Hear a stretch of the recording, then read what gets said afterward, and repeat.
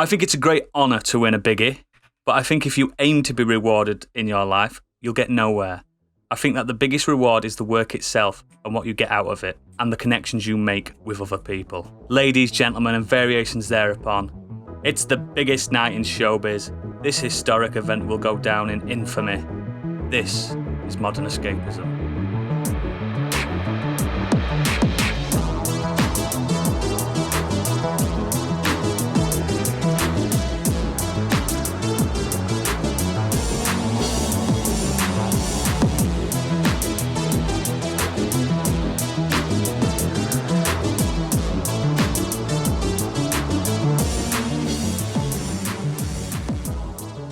Esteemed judges and naysayers, my name is Oodles, and I'll be the... I'm drunk already, hang on. Start again. Rosy cheeks. No, it's going to stay in that. Oh yeah, it's staying in. Esteemed judges and naysayers, my name is Oodles, and I'll be the host for this evening's proceedings. And tonight, I will be joined by a man that has a head like a golden globe. It's Gadget. Oi. I thought that was me as well. Some say the champagne at the BAFTAs after party is the only thing that could quench his insatiable bloodlust. It's Stig. You like me. You really like me. And finally, the man with the Midas touch, the president of the BIGGIES 2021 Awards and the Forbes magazine 40 over 40 Man of the Year Awards winner. It's Biggie. It's me! It is me! It's me! How are we doing this fine awards evening, gentlemen? I was doing fine, so you compared me to a fucking Golden Globe. Just your head. I don't know if that's better or worse. I can see you're all in your best. Who are you wearing tonight, Biggie? Oh, fucking hell. I've come as John Candy. Excellent. And who are you wearing tonight, Stig? Me, I'm wearing this excellent apparel by Nike. Excellent. With lovely Northallerton Rugby Club Twickenham 2015. Fantastic. And Gadget, who are you wearing this evening? T-shirt and pants. Same. Excellent. So, without further ado, before the main event, let's head down into our red carpet of what we've been up to this week, and we will start with you, Gadget. What you been up to, pal? So I've got a couple of things I want to talk about. First of all is Pip and I watched Louis Theroux's newest documentary, Shooting Joe Exotic. Oh. Which was, obviously, the entire world at the beginning of lockdown last year watched Tiger King. Yeah. And enjoyed the rapturous insanity that was that program. And it was brought up early on in that series. I think it was in that series, or maybe Twitter reminded everybody of it. But Louis Theroux had done a documentary where he met Joe Exotic in 2011. Yes. And it was in the wake of Tiger King, Louis Theroux going back and kind of re-interviewing a lot of people, going to see the effect that the documentary had, but also correcting a few wrongs in it as well, because one of the big things that came out of it was the narrative throughout Tiger King of Carole Baskin and what happened to her first husband, yes. Don. And there was a lot made within the storyline that, a lot of people thought she might have killed her husband. And that's actually kind of disproved a lot in this Louis Theroux one, because he actually sits and talks to Carole and her current husband Howard about it. Yeah. And you get a bit more understanding of the fact that Don suffered from bipolar disorder and was a very erratic person and stuff like that. So there was a lot of Louis Theroux kind of highlighting a lot of journalistic malpractice from the creators of Tiger King. But also then just talking to Joe Exotic's lawyers and talking around the subject, and also then revealing that almost everyone who was involved in Tiger King has an exclusivity contract with Netflix. So he couldn't go and speak to Joe Exotic. He couldn't go and speak to the people around it. It's a really fascinating watch. And you also see some stuff from behind the scenes of the original documentary that Louis Theroux made, which actually cast Joe Exotic in a very bad light, because the documentary kind of showed him as an almost sympathetic character despite him being a horrible twat. It's worth a watch. It's on iPlayer. It's very interesting, especially if you kind of, like the rest of the world, got swept up in Tiger King. It reframes a lot of stuff, and it makes you actually think, how honest was the original documentary? So, yeah, well worth a watch. But the main thing I want to talk about is, this last week, me and Stig finished Dead Space 3. You did. That is a very stupid game. Some say 3 is the magic number. That needs to go on the box. No. Yeah, that'll be great for a fucking re-release of it. Should we do the DLC now? Yeah. No, we shall not do the DLC. Yeah. So, I love Dead Space 1 and 2, and I've said when we were doing the streams, I said it many times before. I had played Dead Space 3, but it was many moons ago, and I don't remember a great deal of it. Yeah, same. At this point, I'm questioning whether or not I ever actually finished it, because when we got to the ending, it was just the most monumentally stupid ending and so unsatisfying. The only bad guy was shit. The last boss, so bad. The general run of the Dead Space games is you play Isaac Clarke. There is this supernatural creation called the Marker, which has a really horrible, nasty habit of turning corpses into bloodthirsty monsters. And it becomes like an infection that Isaac ends up having to stop in every game. In the third game, you go to a planet called Tau Volantis, which is this kind of frozen ice world. Which is then revealed as that is where the markers come from and where the necromorph infection comes from. Of course, that's where you'd go as well. Naturally speaking, it's a sensible place for anybody to go. Yeah. For a game called Dead Space, you spend very little time in space. Yeah. In fact, almost no time in space. Or half an hour, maybe. But the best part about it is this. So this was the game that effectively sealed the fate of Visceral Studios, who made the game, because EA murdered them after a few years after this one. Firing Squad. Agree. Yeah, Firing Squad just took him out there, kneel on the ground, shoot straight through the skull.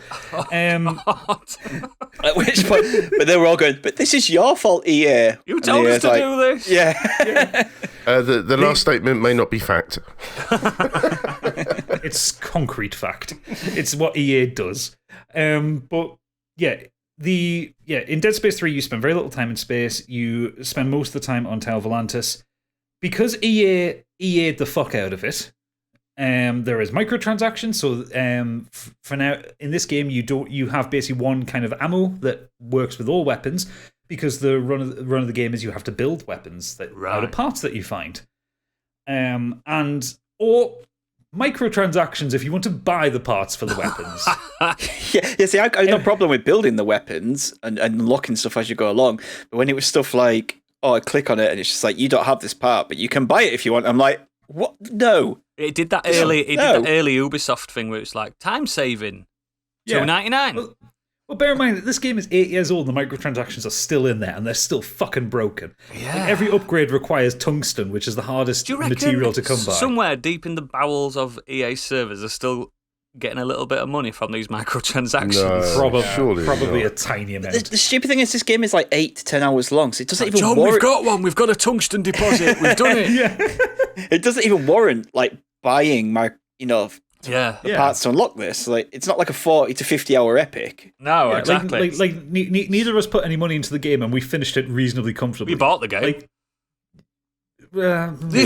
Technically, you're encouraging EA. Yeah. Yeah, I didn't buy it from Steam. We'll say that much. Yeah, good. I did buy it, but it was like secondhand keys.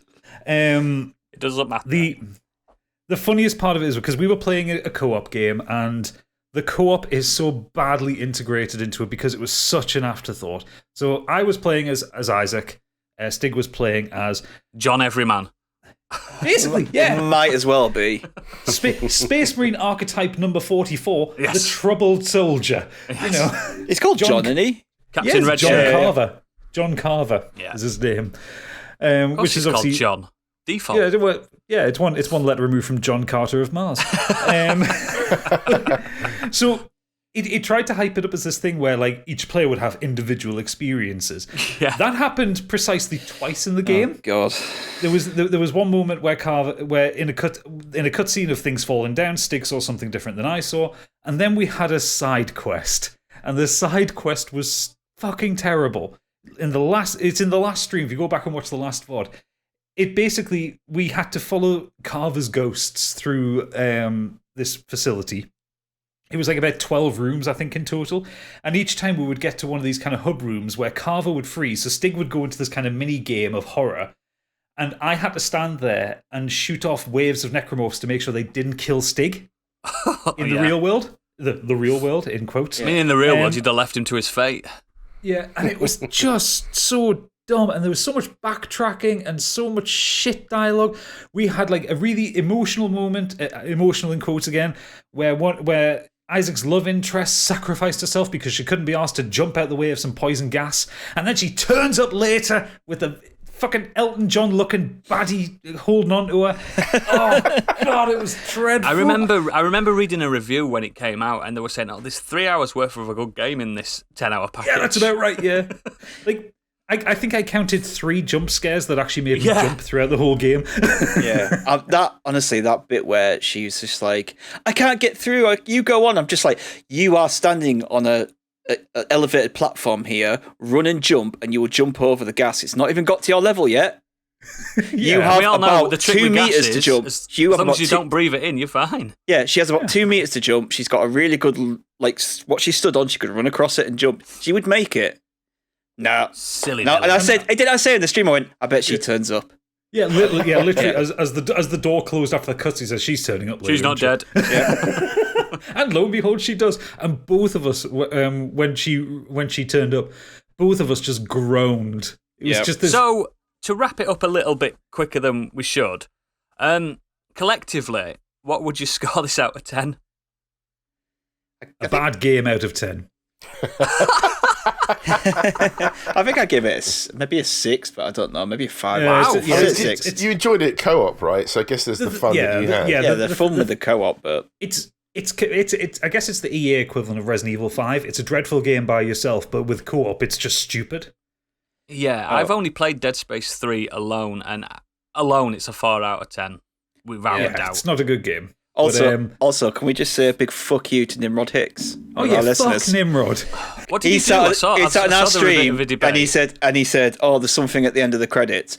And this game, by the way, doesn't allow you to skip anything. So if you die and you get checkpointed before a cutscene, you have to watch the whole cutscene again.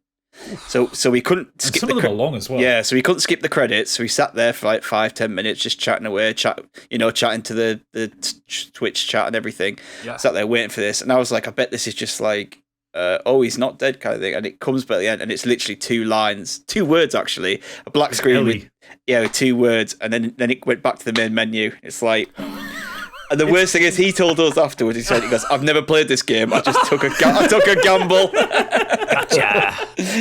Fucking Punk was over the moon. It was like his Christmas has come. Yeah. Well, I'm glad you seem to have enjoyed yourself, and you've got an anecdote from it now, and a warning to everyone else: don't play it. Yeah. No, don't play it. Don't play it. We're doing things so you don't have to. Oh, and the last thing we'll leave it off on, the online service, EA's online service, is dreadful. It's never been good. But every stream, either we had connection issues, either me dropping off or Stig dropping off. Sometimes we didn't even actually get connected to get a match for like 10 minutes. There's 2 of the streams that I actually had to cut off the beginning of the VODs, where it's just the 2 of us constantly sending player invites to each other, trying to get into the fucking game. You love to see it. You absolutely love to see it. God bless EA. But yeah, that's what I've been up to this. So, Stig, apart from playing Dead Space 3 with our man, what have you been doing? The thing I did this week is I played a game that I've wanted to play for a long time, but for some reason just never sat and played it. Oh. And that is What Remains of Edith Finch. Oh, dude. Ooh. Yes, So okay. I like a good walking simulator. This is pretty much what it is. It's described as an adventure game, but it's a walking simulator. Yeah. But for me, a walking simulator only works if the story's good. Doesn't matter how pretty it looks, what like mechanics they might put in there. If the story's shite, then I just lose interest. But this one, like I absolutely adored this game.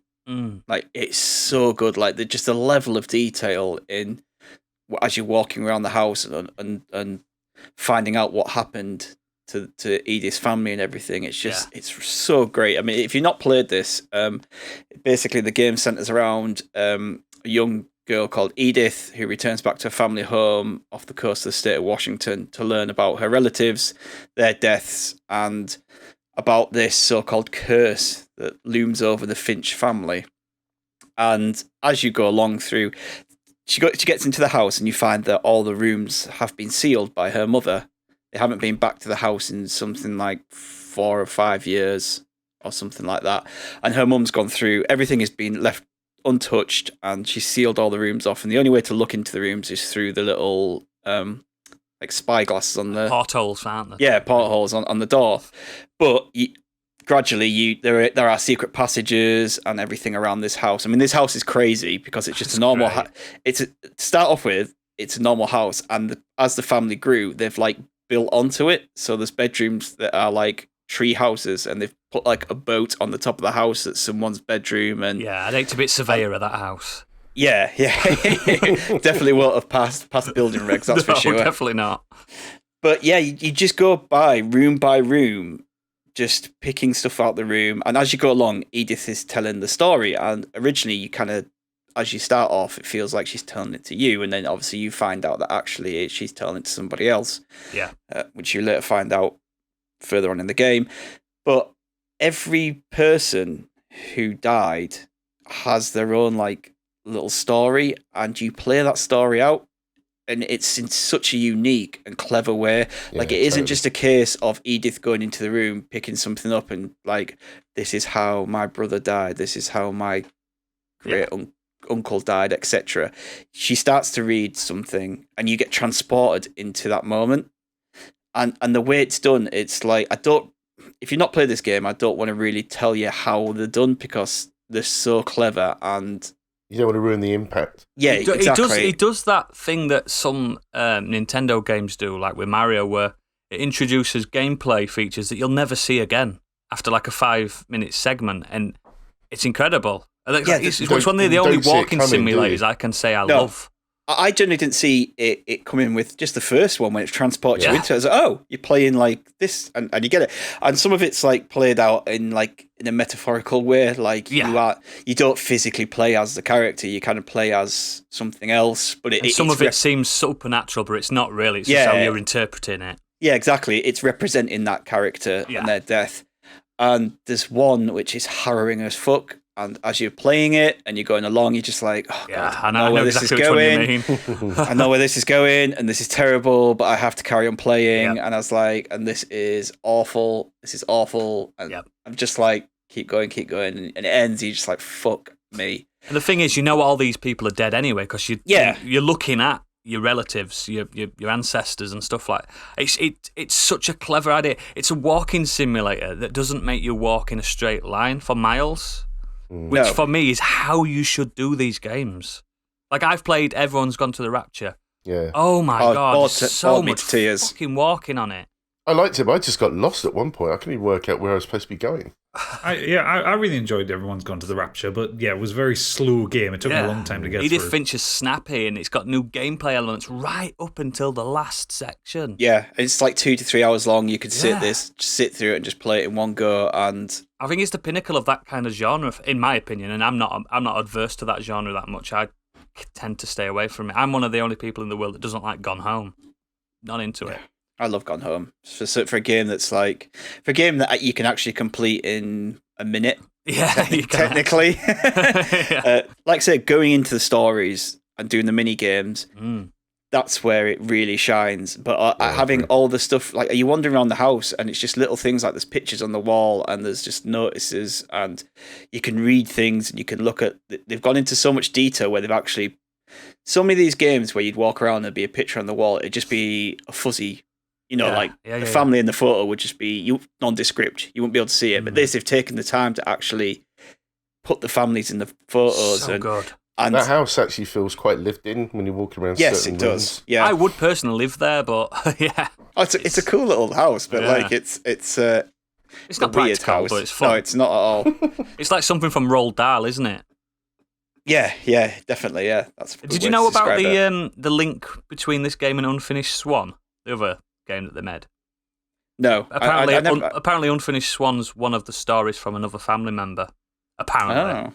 So, that's cool. I never finished Finished Swan. I haven't played it. It's not great. It'd be good if it was just one of these little sections in Edith Finch. It'd be a lot better that way, I think. Yeah. There is one section where you actually have to do 2 mini games at the same time. Yeah. That was really clever. Yeah, so really well done. Yeah, it's really good. I think it's a knockout game. It absolutely achieves what it aim to set to do. Yeah, I have no idea why it's taken me so long to play it. It was just I was the same. I've literally got it on. I've got it on 3 different machines. I think I got it on PS Plus at one point, and that's the only reason why. I got it on PlayStation, PC, and Switch, and it's just like, do you know what? I actually have to play this game. It's 3 hours long. It's still so pretty as well. Yeah, and I absolutely loved it. Like, and it's very cheap a lot of the time now as well. So for those that are interested. Well, I've just seen that it's on Game Pass, so I've just sent it to my Xbox to download. Good man. Good man. Oh, great! I'd love to hear what you'll love it, mate. Hear what you think. Yeah, I think it's really. You might good. even shed a few tears, pal. It's quite deep. Yes. Well, I cried that everyone's gone to the Rapture, so I might, I cried when I realised I'd spent money on that. I've just noticed here it says on their Wikipedia it won the British Academy Gaming Award for Best Game. It deserves it. Completely see why.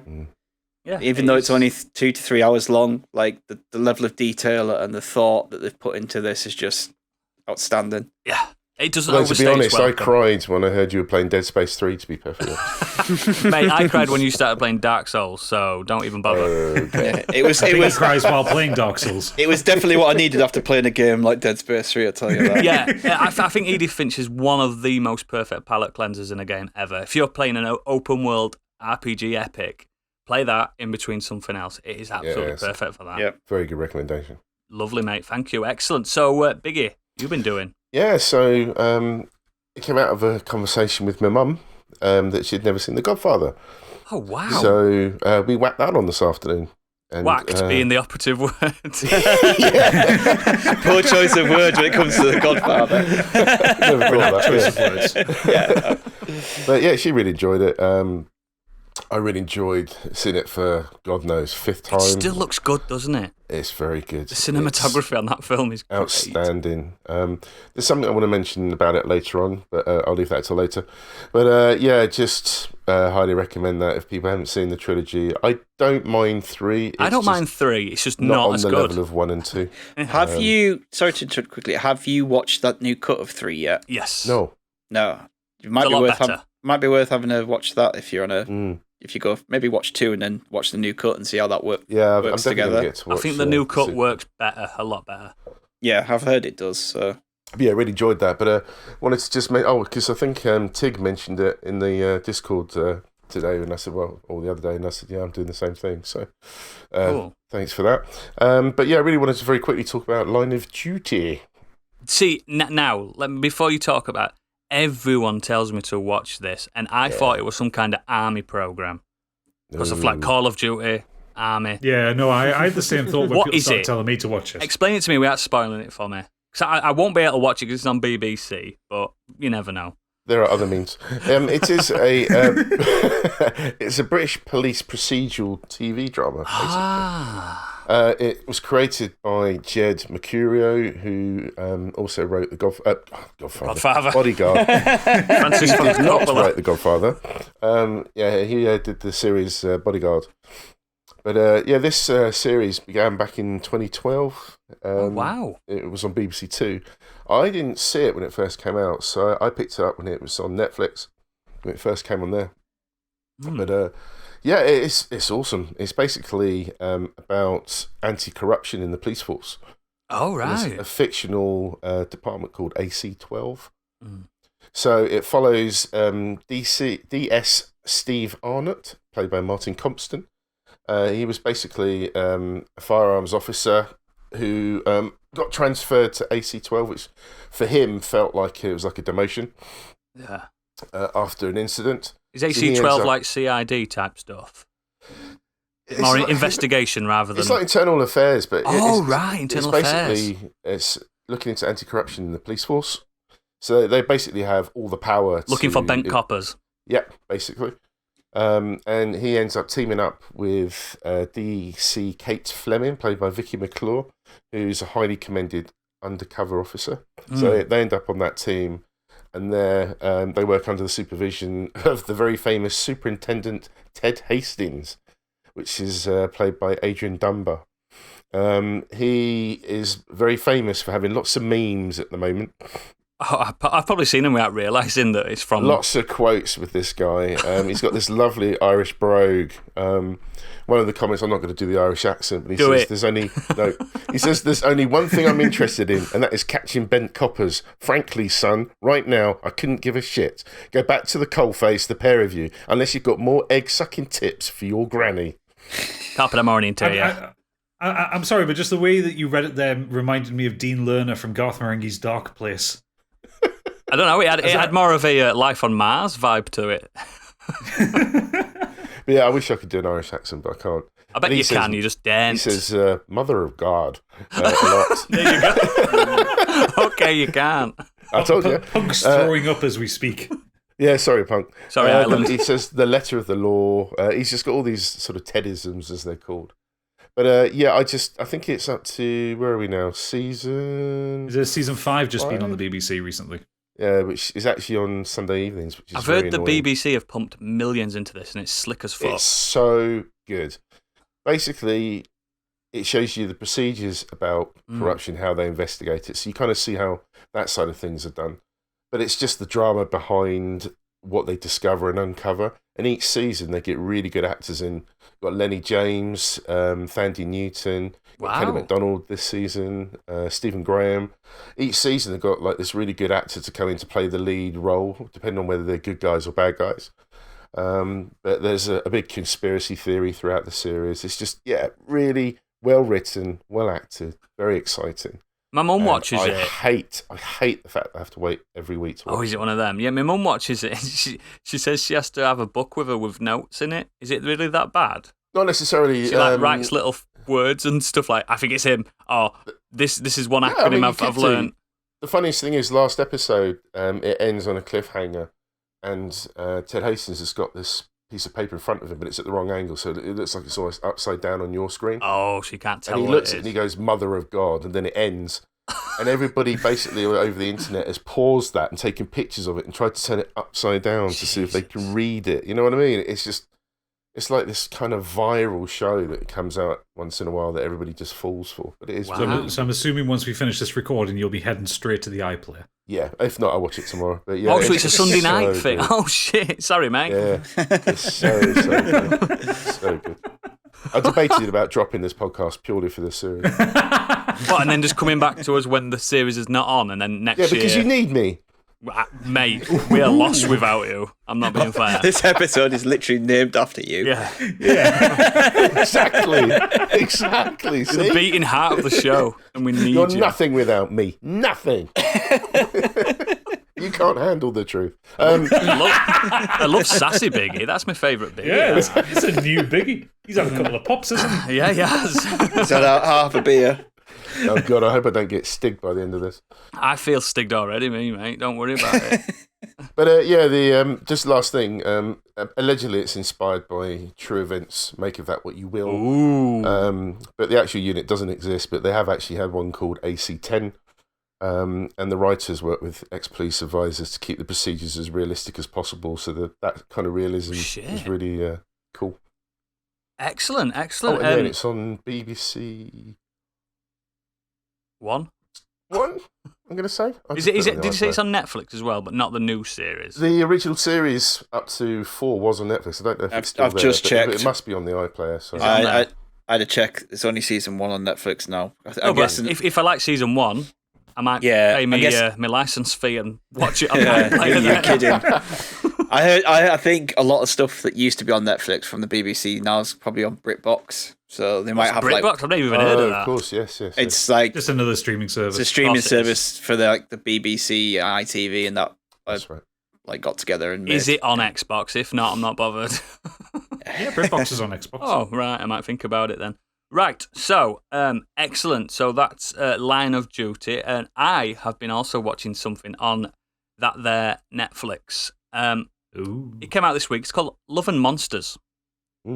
So I'll give you the synopsis. So 7 years after the monster apocalypse, Joel Dawson, played by Dylan O'Brien, along with the rest of humanity, has been living underground ever since giant creatures took control of the land.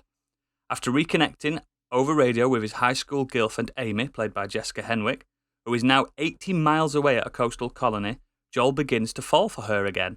As Joel realises that there's nothing left for him underground, he decides against all logic to venture out to Amy, despite all the dangerous monsters that stand in his way. It also stars Michael Rooker and Ariana Greenblatt. Basically, this film is family-friendly Fallout. So I'm interested. It's really. I watched it with a family. It's a 12, so you've got to. Obviously, there's no blood, human blood. There's no explicit swear words. I don't even think there's a fuck in it. It's allowed one fuck. I don't think there is one in it. I watched it with my kids, and they found it. Basically, it's Fallout meets Zombieland, but for families.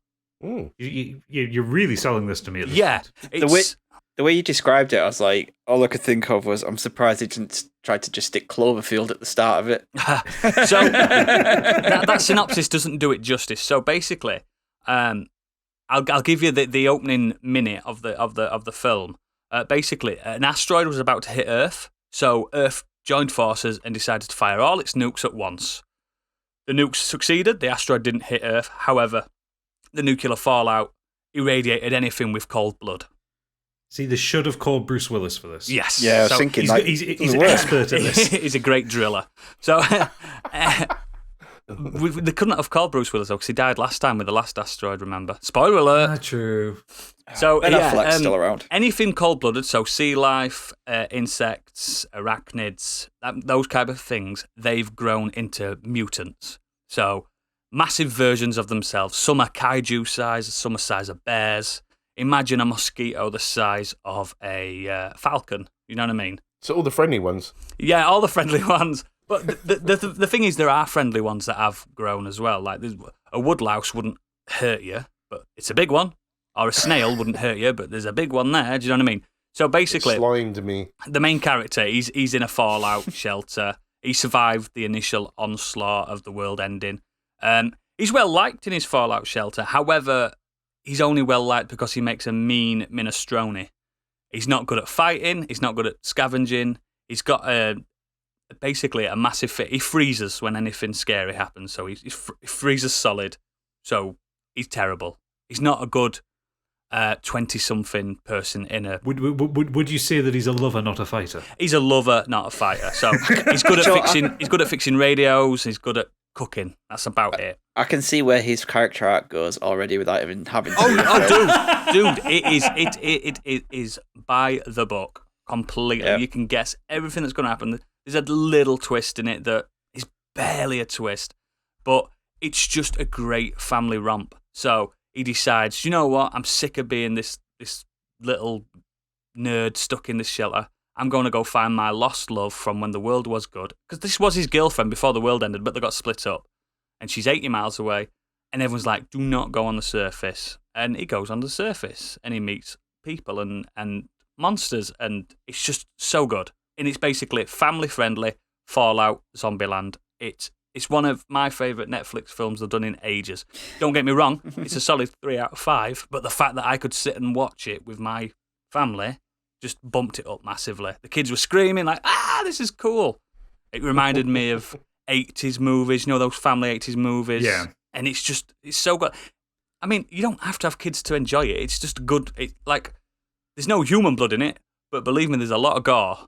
Creature gore. Do you know what I mean? I'm assuming they've got bright green blood and stuff. Oh, like yeah, that. yeah. But it's Standard irradiated monsters. It's clever, and the CGI looks really good because I believe up close some of these monsters are animatronics, and you can tell.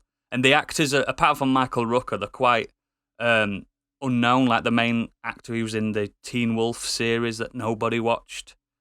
And oh yeah, so they've saved money on, it seems, on the actors. The cast. But they are good. They're a good cast. They're up and comers, and everyone in it is really good.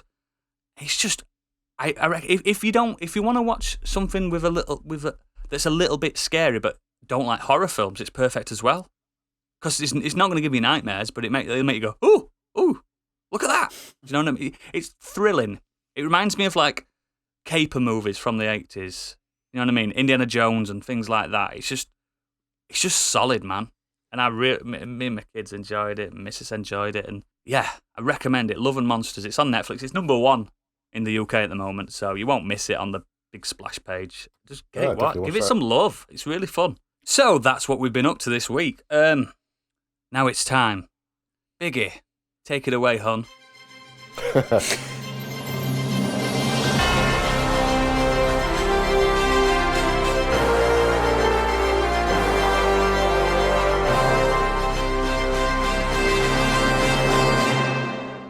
The Oscars, BAFTAs, GMAs, Grammy Awards, and Emmys. What are these if nothing more than a way for big media industries to pat themselves on the back on a job well done? Well, here at Modern Escapism, we say different. We say all these awards mean nothing, because as of today, the only true award that matters is the one we've created to celebrate those things and people that were criminally overlooked.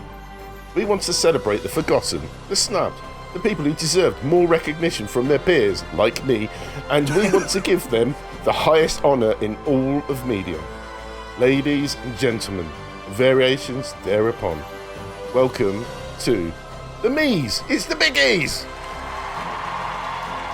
And now, your host for the 2021 Biggies Awards. Please welcome to the stage, Oodles O'Dim. Hello, welcome to the first ever Modern Escapism Academy Awards for Snubbed Artists and Media, aka the Biggies 2021, brought to you by Holodays. As you've experienced... Hi everyone, hi, hello. As you've experienced, Modern Escapism is a community of like-minded individuals. We're more than a podcast, we're a family, a movement, a culture for participants, volunteers and supporters. Let's celebrate the past years of media and entertainment by acknowledging the great that never won the big awards, that were snubbed by the Academy, the Hollywood Foreign Press and Jeff fucking Keighley. Today could not have been possible without our fans. Please give a big round of applause for all their patience and who have given their time, effort, dedication and so much more to champion the podcast and make this a success. And another big round of applause to our generous sponsors, Holodays powered by Oculus, and our sponsor Disney and Lucasfilm, 20th Century Fox and Greg's the Bakers. Welcome to the Biggies 2021. Thank you.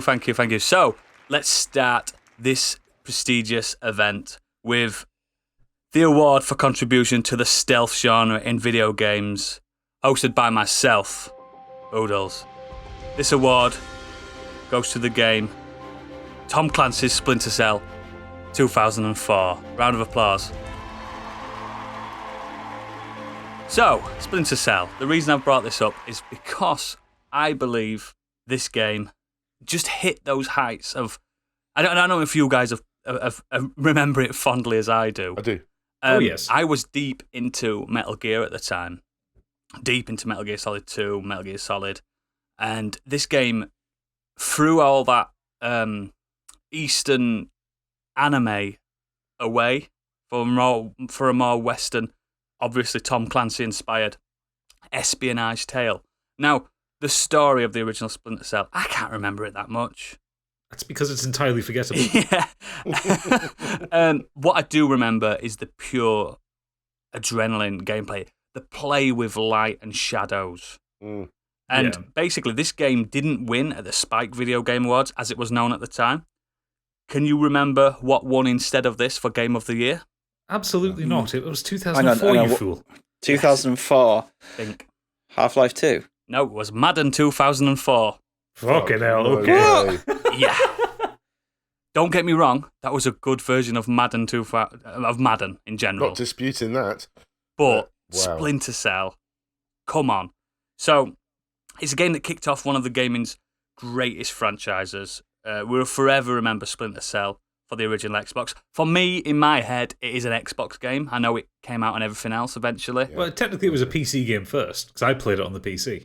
Was it? I'm with Oodles on that. I played it on the Yeah. It Xbox. feels Xbox to me. It feels... Maybe that's just the colour scheme of the game as well. it was like on the yeah, cover art. yes. Splinter Cell was. I'm pretty sure it was out the year before on PC, and then it was ported to the Xbox. And Maybe, a I'm not really sure. bad port for the PS2. The PS2 port was dreadful. Yeah, the PS2 had like extra loading scenes Yeah. before, like halfway through missions and stuff. But I just think Sam Fisher is one of the unsung heroes of gaming icons. He's up there with Master Chief and people like Lara Croft. I think he's he himself, played by Michael Ironside as well. What a voice! Oh yeah, that voice. I mean, it rivals David Hayter's voice for Solid Snake. It does. And also, the actor's called Michael Ironside. He sounds like a fucking spy. Exactly. He's just. Ubisoft have dropped so many hints that he keeps going to reappear. Yeah, he was in Wildlands, wasn't he? Ghost Recon Wildlands and stuff like that. He's a weird character in something. I think I'm waiting for him to get his invite to Smash. I'm waiting for him to turn up in Fortnite. Oh god, yeah. I think Splinter Cell deserves the award for best game of 2004. And please, if you're listening to this, prove me wrong, because I think the series itself in general, even the low points, still better than some other games. You know what I mean? For some reason, people said you can't like Metal Gear and Splinter Cell at the same time. Well, I fucking did, and I liked them for different reasons. And Splinter Cell deserves the biggie. So. Round of applause for Splinter Cell. And now to present the next award for Modern Escapism, it's Gadget. So, for the best sitcom featuring Danny DeVito, the winner is It's Always Sunny in Philadelphia. So, It's Always Sunny in Philadelphia is, if you're on the internet, you know of its existence. It is one of the most memed comedies of recent years. It's been running for 14 seasons. They're currently making the 15th season with no plans to stop.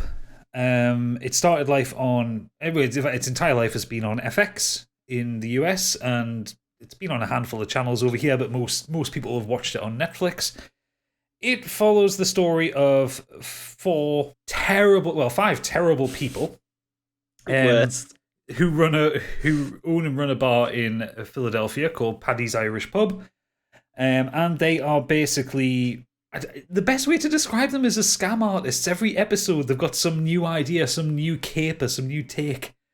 The story follows twin brother and sister Dennis, played by Glenn Howerton, and Deandra Sweet D Reynolds, played by Caitlin Olsen.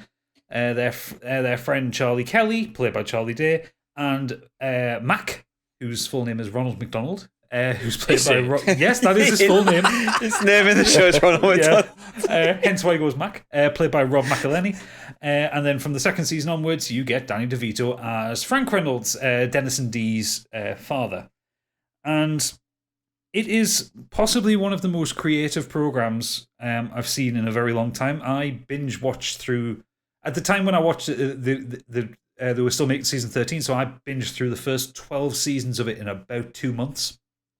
They are unashamedly awful people, and they get into the most ridiculous scrapes, but every episode has some kind of message, which is usually, these are terrible people, fuck these people.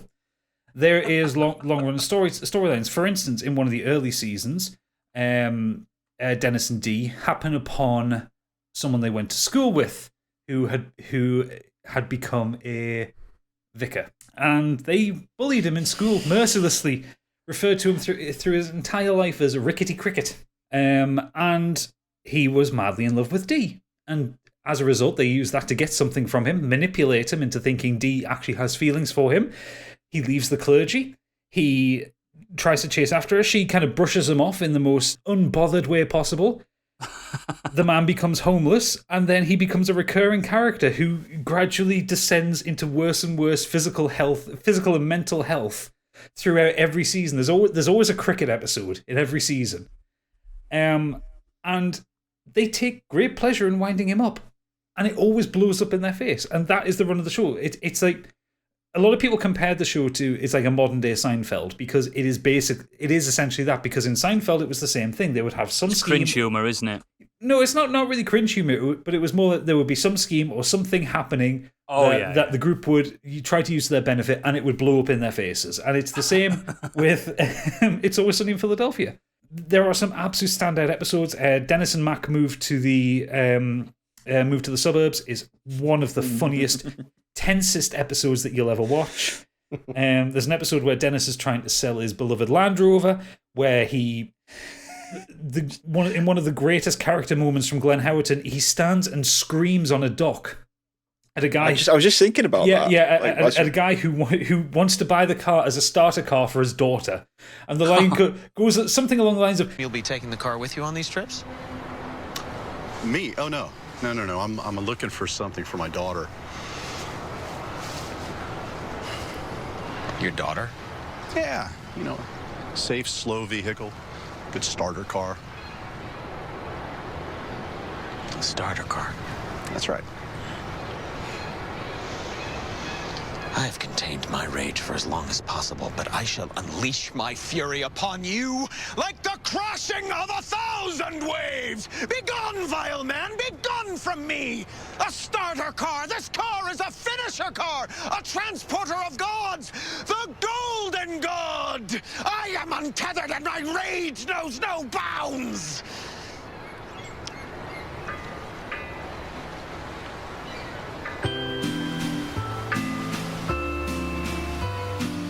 the greatest one of them all is where the gang buy a boat. And you have this wonderfully awkward scene between Dennis and Mac, where Dennis is, Dennis is a ladies' man. He's always on the take, trying to get girls and all that. And they're buying kind of like equipment for the boat, and he, they're talking about the kind of parties that they're going to have on this boat. And it's like, we'll get women on the boat and we'll go out, and they'll sleep with us because of the implication. Mac's standing there going, what implications? Well, the implication that if they don't sleep with us, some harm might come to them. What? That is awful. Yeah, He's a horrible human Mac's being. reaction, because it just goes on, because he's going, it's the implication of violence. Wow. Yeah. There are online theories that Dennis is actually a serial killer. Yeah, and there's sounds a like fair it. bit of evidence to back it up. Yeah, But yep. The greatest character in it is Frank, because Danny DeVito is just allowed to get weird with it. In the Christmas special, for instance, and I'm going to give you this entirely context free. He spends a period of the episode hiding inside a leather sofa, butt naked, and then is forced to in the middle of a party climb through it, a little bit like Ace Ventura climbing out of the Rhino robot. Oh God! But naked. Danny DeVito. But Danny DeVito, not a man in shape. Yeah, it's hysterically fun. And the saddest thing is, it's never been up for any major awards. Yeah, I was just about to say. The only awards it's ever been up for is like technical awards, so like set design and lighting and stuff like that. And I think there was one kind of adapted award for an episode where they parodied something. It's not like a massive Grammy winner, not Grammys. Emmy winner. Emmy winner, is it? It hasn't even been nominated for Emmys. But there's a massive, ravenous fan base. So like when I say thing in Discord, I've only seen series 1 and 2. It's as if I've gone in at Christmas Day and pissed on the kids' presents. You know what I'm saying? Why have you not watched it, you idiot? And the thing is, and it's worth bearing in mind with this, for all the horrendousness of what the characters get up to, they do a lot of actual really impactful episodes. They do poignant ones, isn't there? Yeah, they do an episode where in like season 12 where they rip off The Wiz, which is the kind of Wizard of Oz. Well, no, not the kind of the black culture musical remake of The Wizard of Oz. And they kind of rip it off, and they do an episode showing what it is like to be a black person, and like the injustices that black people can face. But the one that always strikes to me is the season finale of season 13, because, and this is a little bit of a spoiler, but in season 12, Mac finally comes out as gay. There's a lot of jokes leading up to that throughout the previous 12 seasons that Mac might be gay. And he actually finally comes out of that. And in the last episode of it, there is this sequence where Mac is trying to come out to his dad. Who is his dad is fucking terrifying. Really, really scary man. And the way that he comes out is he does a ballet. Like Rob McElhenney actually trained. Wow. Rob McElhenney trained for 7 months with a professional ballet dancer, learned to dance from scratch. Like, he wasn't a dancer before that. Like, the man is so committed to the role and to the gag. I mean, he gained, in season 7, he gained 50 pounds for one joke that ran throughout the season. But yeah, at the end of season 13, he has a scene, and it's a ballet, and it's the most impactful, beautiful 6.5 minutes of television I've ever seen. And it resonated with me at the time because I saw that at the time that I came out as bisexual. And it really kind of reaffirmed that the message of that one is not everyone will get it, but the people who can't get it. That's what you want to see, though, isn't it? Yeah, That's what... even if you don't watch It's Always Sunny in Philadelphia, watch that scene because just the actual artistry of it is wonderful. And it should have won awards. That episode especially absolutely should have won awards. And without doubt, sounding from what your appraisal and Stig's appraisal and everyone on the internet's appraisal, it absolutely deserves a biggie. Oh, absolutely. And 100%. Enjoy it. Always Sunny in Philadelphia for your first biggie, maybe not your last. Thank you very much for that. And now, for Modern Escapism and 2009's Rear of the Year award, it's Stig. Hey, thanks for having me. It's great to see some wonderful faces out there. You, hey you, yeah, you, yeah. Excellent. So, I'm here to present the rightful award for the 2015 Best Actor to Jake Gyllenhaal for Nightcrawler. Woo! And I'll tell you why. Because this one stings the most for me out of any, snub. Wow. Let's go going. In all films I've watched in the last 10 years, this one, this is one of three overlooked things that wind me up the most. The other being Ralph Fiennes being ignored for Grand Budapest Hotel. Despite the film and the director getting an Oscar nod, the standout performance in the film just gets ignored. Mm-hmm. And the other is Your Name, which I touched on in one of our previous episodes for Best Animation. Some tough competition that year, to be honest. But the winner was Zootopia. Ooh. And I don't get that. I was looking this up earlier. I can't stop laughing at that because I thought it was shit. Yeah, I was just like, let me just check. I like that movie, but it's not a... Yeah, I was just like, let me just check. That Your year. Name is beautiful. Your Name is so much better, and Moana was that year as well, which Moana's is a lot really good. Better than Zootopia. Yep. Yeah. My Life as a Courgette is an absolutely brilliant film. The Red Turtle as well, and Kubo and the Two String. Kubo's brilliant. Kubo. They were the other films that year, and yet Zootopia won, and Your Name got ignored. Bunch. So yeah, those just really winds me up because it's such a beautiful film. But back to Nightcrawler, this film stars Jake Gyllenhaal, Rene Russo, and Riz Ahmed. To set the scene, if you haven't seen it, a Nightcrawler is the term for people who work at night to chase down gory tragedies reported on police scanners, so they can be the first to the scene, record it, and then sell that footage to, bid it off to big news, news networks. Yeah. The lead, it's a real thing, isn't it? It really. Yeah. This is a real thing. It's not like it's just a made-up thing for the film. Yeah. There are people in America who troll the cities in their vans at night, and they'll find something happening, a shootout or a fire or a car an accident, and they'll get there and they'll film it. Yeah, and they'll sell it off to news networks. Or a shocking Oscar result. Yeah, they should have been there that night, especially when you find out who the winner was. So the lead character in this is Lewis Bloom, played by Gyllenhaal. He's a creepy sociopath videographer who builds a thriving business in Los Angeles as an unscrupulously filming car accidents and murders, and also unnecessary sabotaging his competition. Bloom as a character is someone who's been pretty much done over in life, dehumanized a little bit by the kind of the trickle down economy, the fallacy of it. It's the point. He's one of these people who have not benefited from the system as it is now, and he's we start the film with him. He's creepy at the start. You can tell there's something creepy about him from the start. But he starts it. He's a chipper man. He's eager. He's willing to put himself forward and work for free just for the experience, so he can kind of better himself in life to build on a career. But then over the course of the film, he starts to change, and he's almost parasitic in the way he is, the way that he latches himself onto Russo's character especially, and Riz Ahmed's, the way he bullies and controls and manipulates them. Yeah.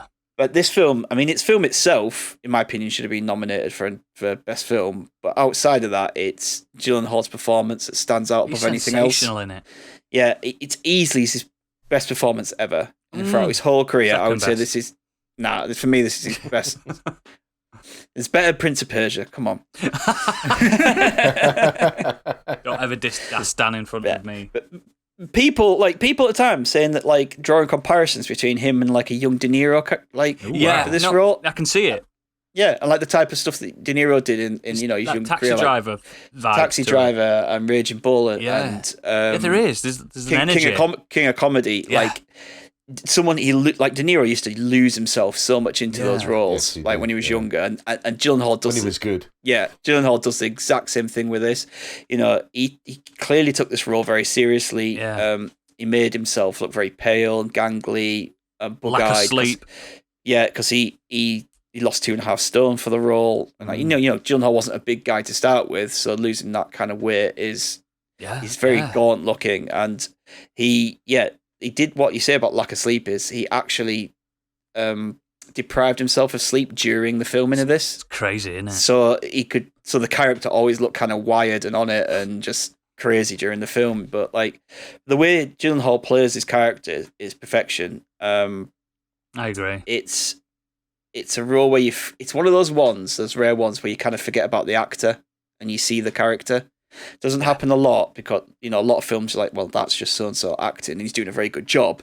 But this one is one where you lose yourself completely in the film and you just see Lewis Bloom, you don't see Jake Gyllenhaal. Gyllenhaal's really good for that because it was the same with Zodiac and with Brokeback Mountain. You kind of forget that he's playing those absolutely. roles. I think people forget. I think people still think Gyllenhaal as the Donnie Darko, just staring at blank space kind of actor, but he's really method. He can be really method. Yeah, he's great. He's one of my favorite actors, to be honest. Yeah, he's really good. Seen the film Enemy like that. He's great in that. I mean, the film is just an absolute head blag, but it's great to watch on screen. He knows how to play a camera. He makes the characters really raw and intense. And I kind of love that delivery of the corporate lingo he uses to impress the networks. Like he's walking around like smiling and pointing, like kind of going, "Yay, you! Hey, how you doing? How's it going?" And like the kind of lingo he uses is like he's watched YouTube videos on how to get ahead in business and how to make friends and not alienate people, how to use business speak and use it effectively. And he's taken that on board, like this is what I have to do, kind of thing. But then like he's so good at just like switching character. Like when he hires Riz Ahmed's character, and he's giving him all these this, I'll pay you this, and he's really like on the ball, isn't he? He's really good. Yeah, he's just like reeling it off quickly, like it's all like in his head. Riz Ahmed's just like, what? Okay, sure. Yeah, but like he does such a good job of switching from that, like when Bloom's playing that like character to the network executives. He's completely different with like Riz Ahmed's character, and then when he's alone with Rene Russo again, he's like very manipulative. Like the arc in this film is like he goes from being prey to predator. I didn't see its trajectory. It proper surprised me as a film. I was like, what the you know what I mean? I was like, wow. But he plays this role so well that regardless of Lewis Bloom is not a good person. No. But within the performance, Gyllenhaal does enough for you to feel a tiny semblance of sympathy towards him. Yeah, he's not living the American dream like they're all promised. His actions are terrible, but it's kind of like you feel because of why he's in that situation. It's very. It's the way. I was thinking about this today, and when we were talking about Joker last week, about how the way the Joker goes from where he's at to where he is. It's like he's done bad things, but you can kind of see where he's coming from and why he's ended up in that position. And I think that Gyllenhaal in this does such a good job, like Phoenix does in that, of being able to turn it on and off between. It's a bit devil's advocate. You sit there thinking, I understand why you've done this. You're not going to get away with it, but I understand. I sympathise with you. You know what I mean? Yeah. It's one of those. Yeah, I just think he's brilliant. I think it is his greatest performance. And I think that when I looked up who was nominated that year, so nominations were Eddie Redmayne for The Theory of Everything. Okay. Steve Carell from Foxcatcher. Yeah. Bradley Cooper, American Sniper. Benedict Cumberbatch in Imitation Game. And Michael Keaton, Birdman. Okay. Now, I'd give that to Keaton. I think Eddie Redmayne winning is just wrong. Yeah, it's not. Yeah, that role is a good film and he plays a good part, but it's pure Oscar bait. Oh yeah, absolutely. Yeah. Even the music on that, everyone was saying, "Oh look, it's Oscar music." Yeah. Bradley Cooper, American Sniper. Fuck that. No, that is just pure US. It's US propaganda, and it is. Benedict Cumberbatch is okay. Intimidation Game. It's a good film. It's all right. But he's good in everything. I really enjoy Birdman. I think it's brilliant. But none of them stand out above Gyllenhaal on this, and to even not get a nomination. Do you know what I think it is? It's because it was for me. It was after Gyllenhaal's little. He had kind of like a Hollywood vacation. You didn't see him in things for a long time, and he came back with that. I mean, he might have done some little indie projects that I've not seen myself, but he didn't do anything big. And he came with, and I watched that. I watched Nightcrawler quite recently, in the past couple of years, and I was like, "Fucking hell! Why is Gyllenhaal not in everything?" Yeah, he's so good in that. It's just so infuriating that I think it's one of those cases as well where it is, for some reason, when it comes to Oscar season, is unless your film is out between November, end of November, and start of February, they're just like, I'm not bothered.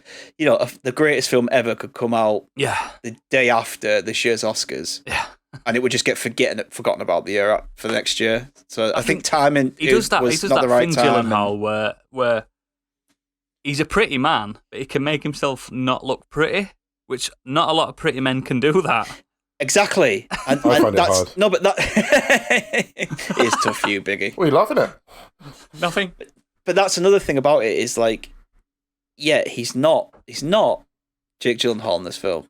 No, he's not. At all. It's as far from Jake Gyllenhaal as you can get, and it's just an amazing performance that deserved more recognition. And everyone I've spoken to who's watched that film agrees. Yeah, I think it's sensational. Yeah, absolute brilliant. Thank you for that. That's an excellent award and massively deserving of a Biggie. And I think Jake will come and pick it up in person in the next couple of weeks from Stig's house. Yeah, big fan of the show. Big fan of the show. And next, for Modern Escapism and the president of the Biggies 2021, it's Biggie. Hi, thank you. Wow, this award is almost as handsome as me. So tonight I am going to announce the winner for Best Picture featuring an ensemble and not a sinking ship. It's LA Confidential. Lovely.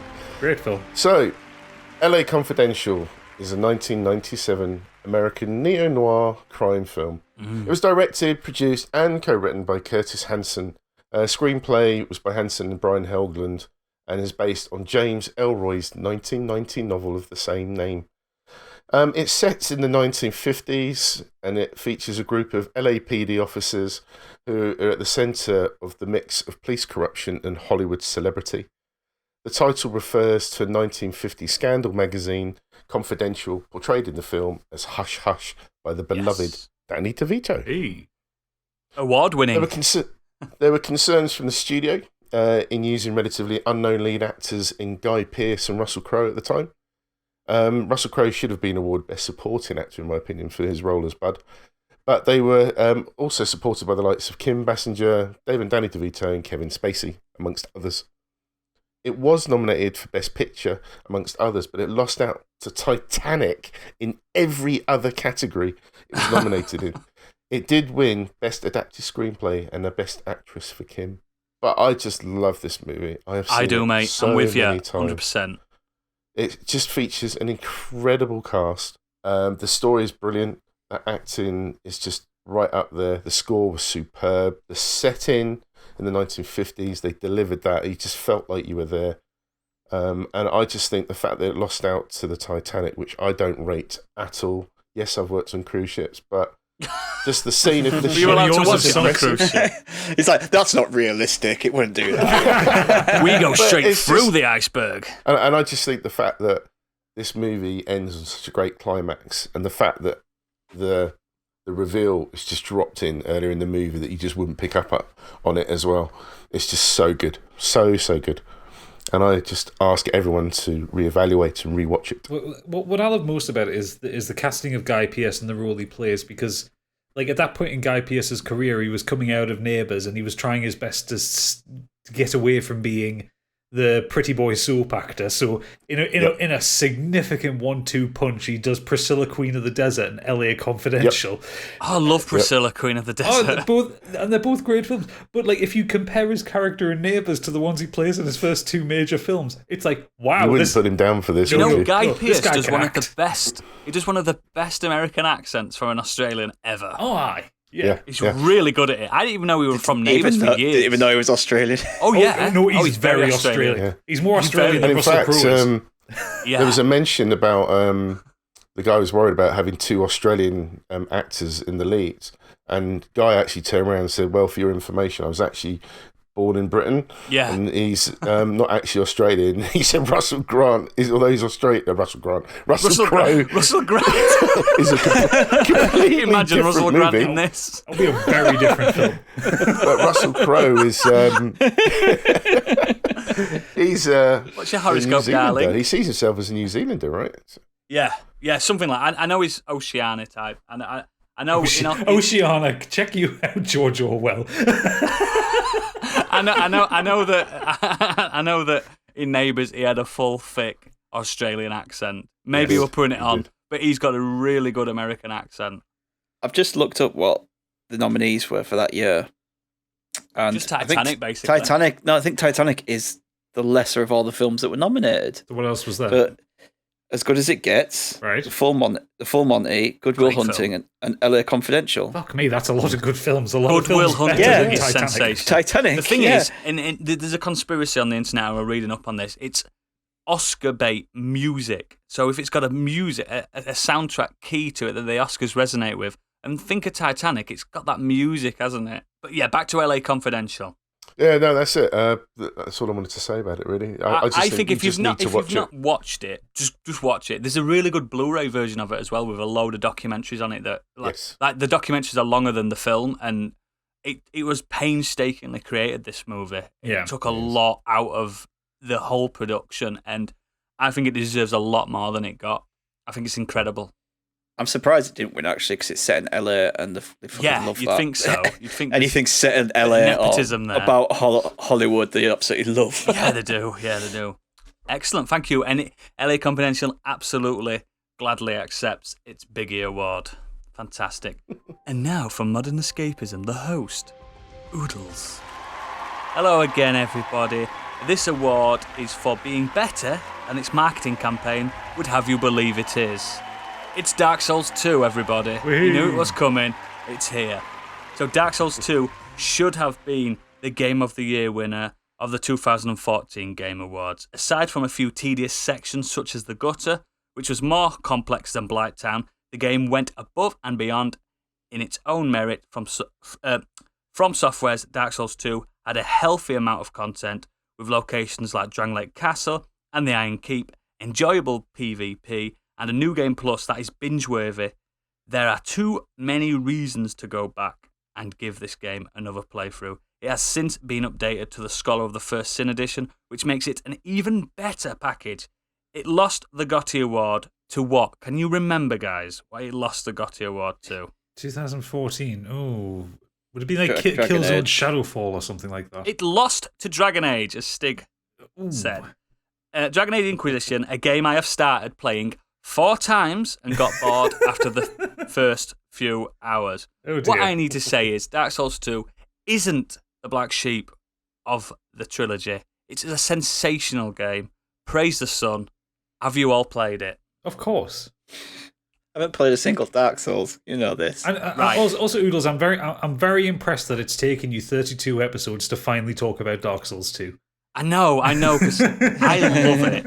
I absolutely, I think it's one of those rare games that people don't like it because Miyazaki didn't direct it, and I Yeah. think that's the only reason they don't like it. It's Yeah, like doesn't- no, yeah, I get It doesn't get talked about much. I mean, I don't know, but like everyone talks doesn't about get Dark talked about Souls as much. or Dark Souls 3. Like very little I've ever it's heard because about people it went mention away 2. from the what Demon Souls and Dark Souls did.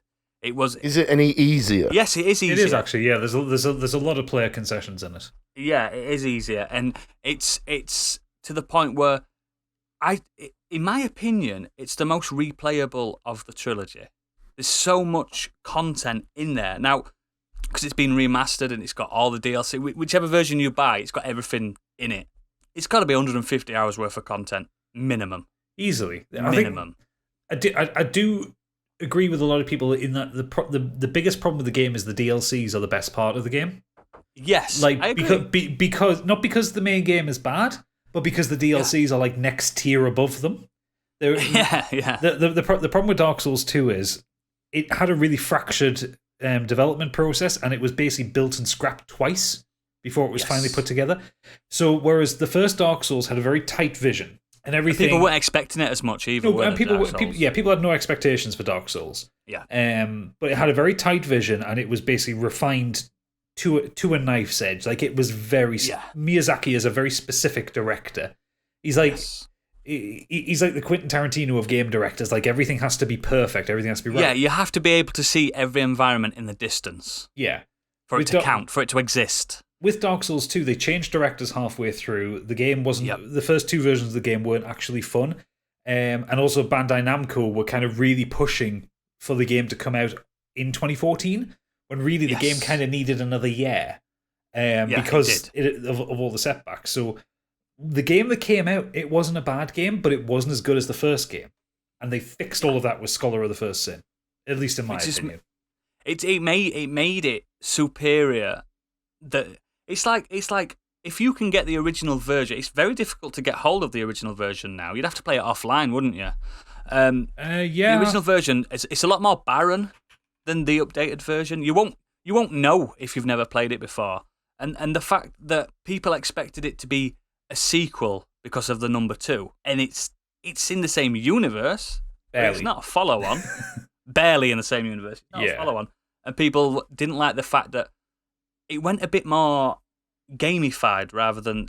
So basically, Dark Souls 2 is the main hub is a circle, and you go off on spokes and like a wheel. Yeah. You go to different sections, unlike Dark Souls 1, where it's just a labyrinth. So yes, I can confirm that. It makes it easier for people that are not attuned to that way of playing get into it. There's a lot more weapon variety. There's a lot more fashion, and I love fashion. It would win a fashion award. Oh yeah, and there's power stances. There's things like when you get to a certain level, you can wield the weapons that you've been wielding for so long differently. So there's even more replay value to it, and I just think it gets overlooked because of it was rushed. Bandai Namco literally have admitted to saying you need to make this game harder before you bring it out because we've marketed it as the hard game, get good. So they made it harder, and then when the Scholar of the First Sin edition came out, they balanced it. They balanced it perfectly. If you've played both versions, which, like I say, it's very difficult to play the original version seemed a lot harder because enemies just had bigger health pools and things like that, and there weren't as many item drops, there weren't as many weapons. But this redefined version, the Scholar of the First Sin version, which is probably the only version you're going to find. Yeah. It's just perfect. It's perfect Souls-like. It's a great video. Don't get me wrong. There are parts of it where you'll go up an elevator and end up in a lava mansion, which makes no sense. But it's timey-wimey and spacey-wacy.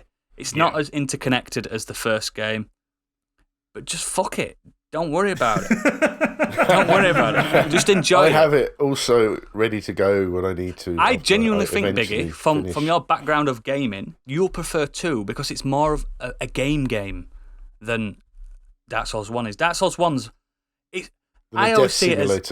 Dark Souls 1's like a really, really, really beautiful painting in the Louvre. Dark Souls 2 is a digital version which you can zoom in on. Do you know what I mean? You can get further in. But it's not the real thing.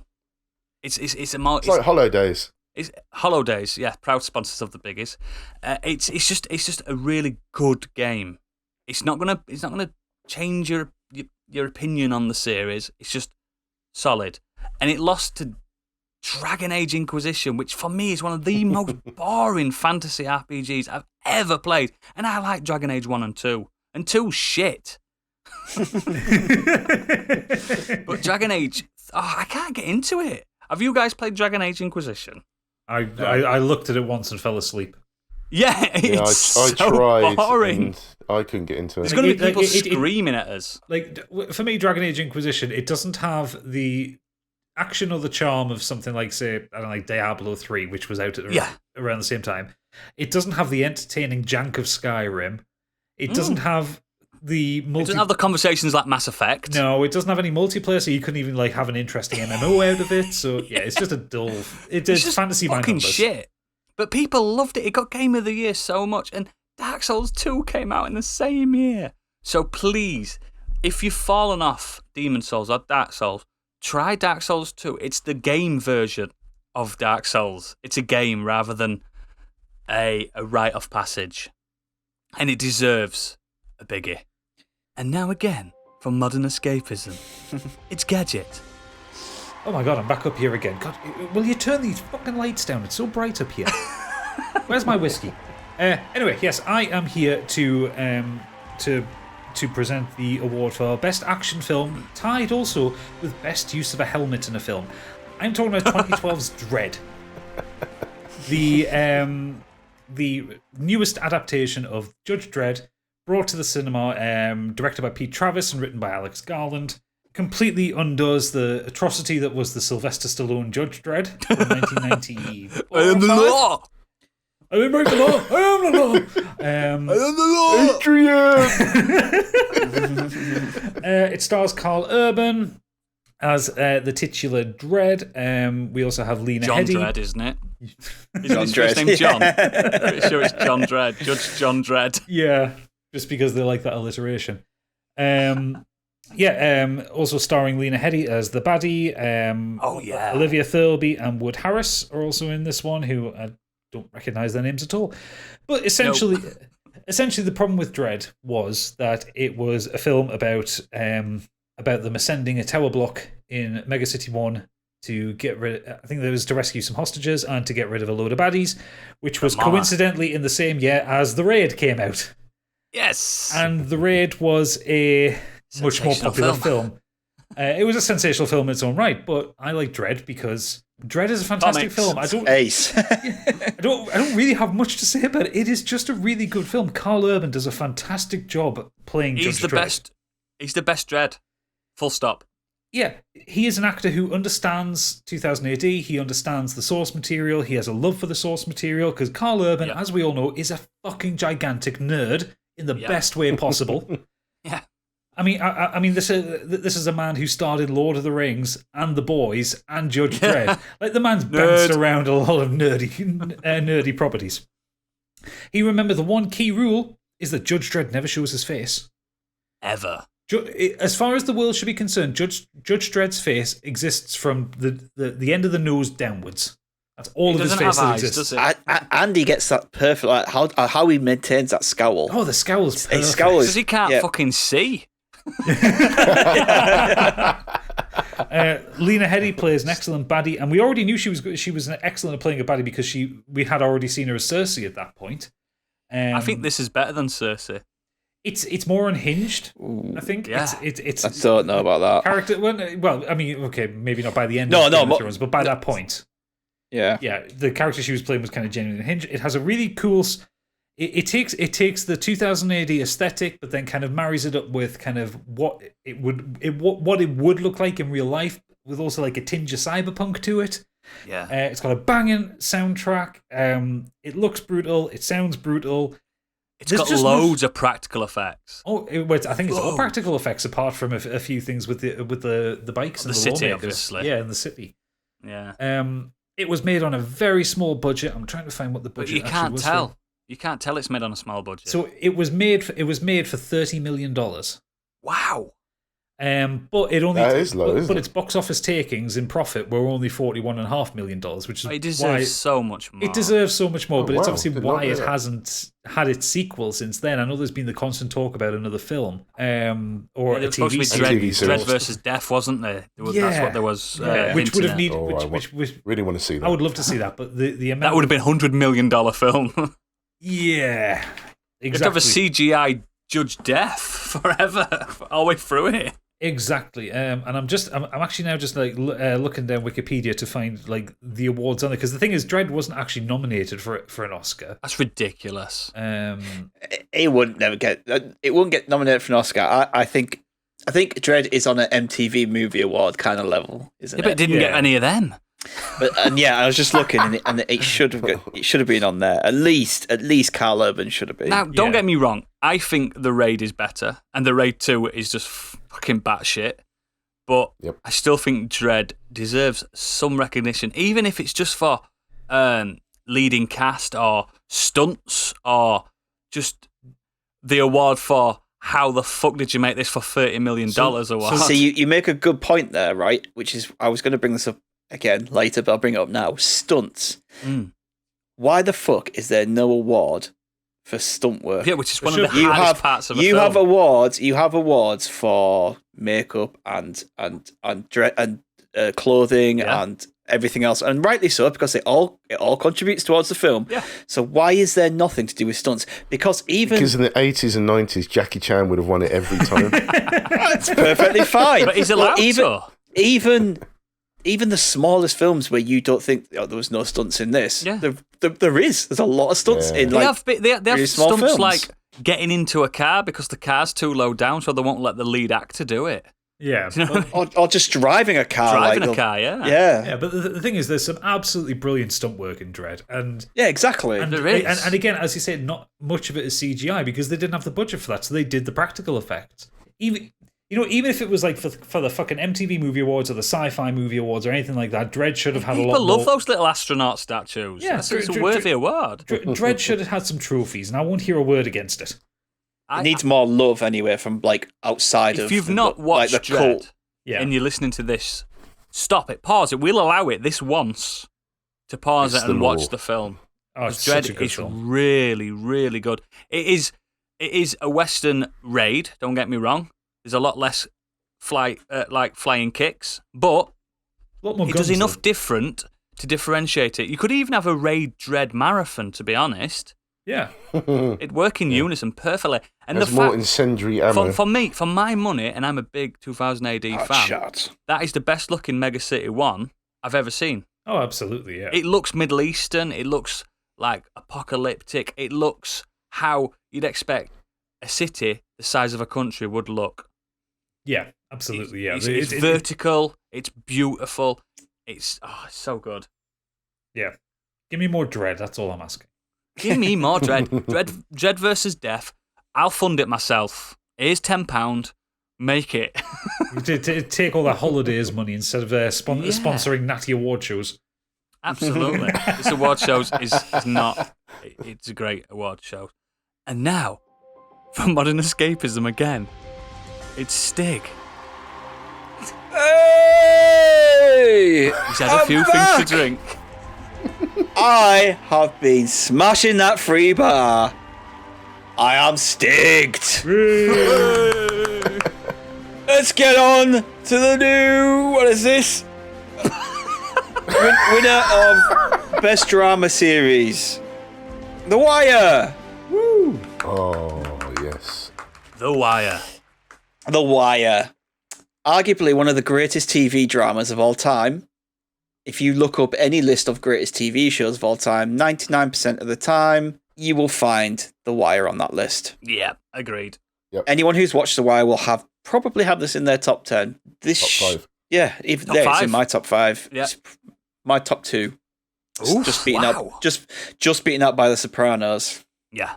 The show tells a story of the Baltimore drug scene as seen through the eyes of drug dealers and law enforcement, so you see it from both sides. This isn't a cop show. This isn't a This is a people show. Street level show. This is it's about both sides, and you see it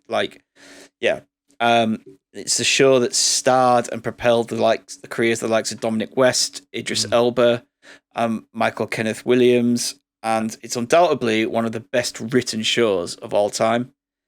It's so grounded in reality. It's like one of the grittiest and rawest representations But of still slick as well. of the drug problems in American communities you'll probably ever see in a drama. The scripts, the acting, the directing, everything in this show is exemplary.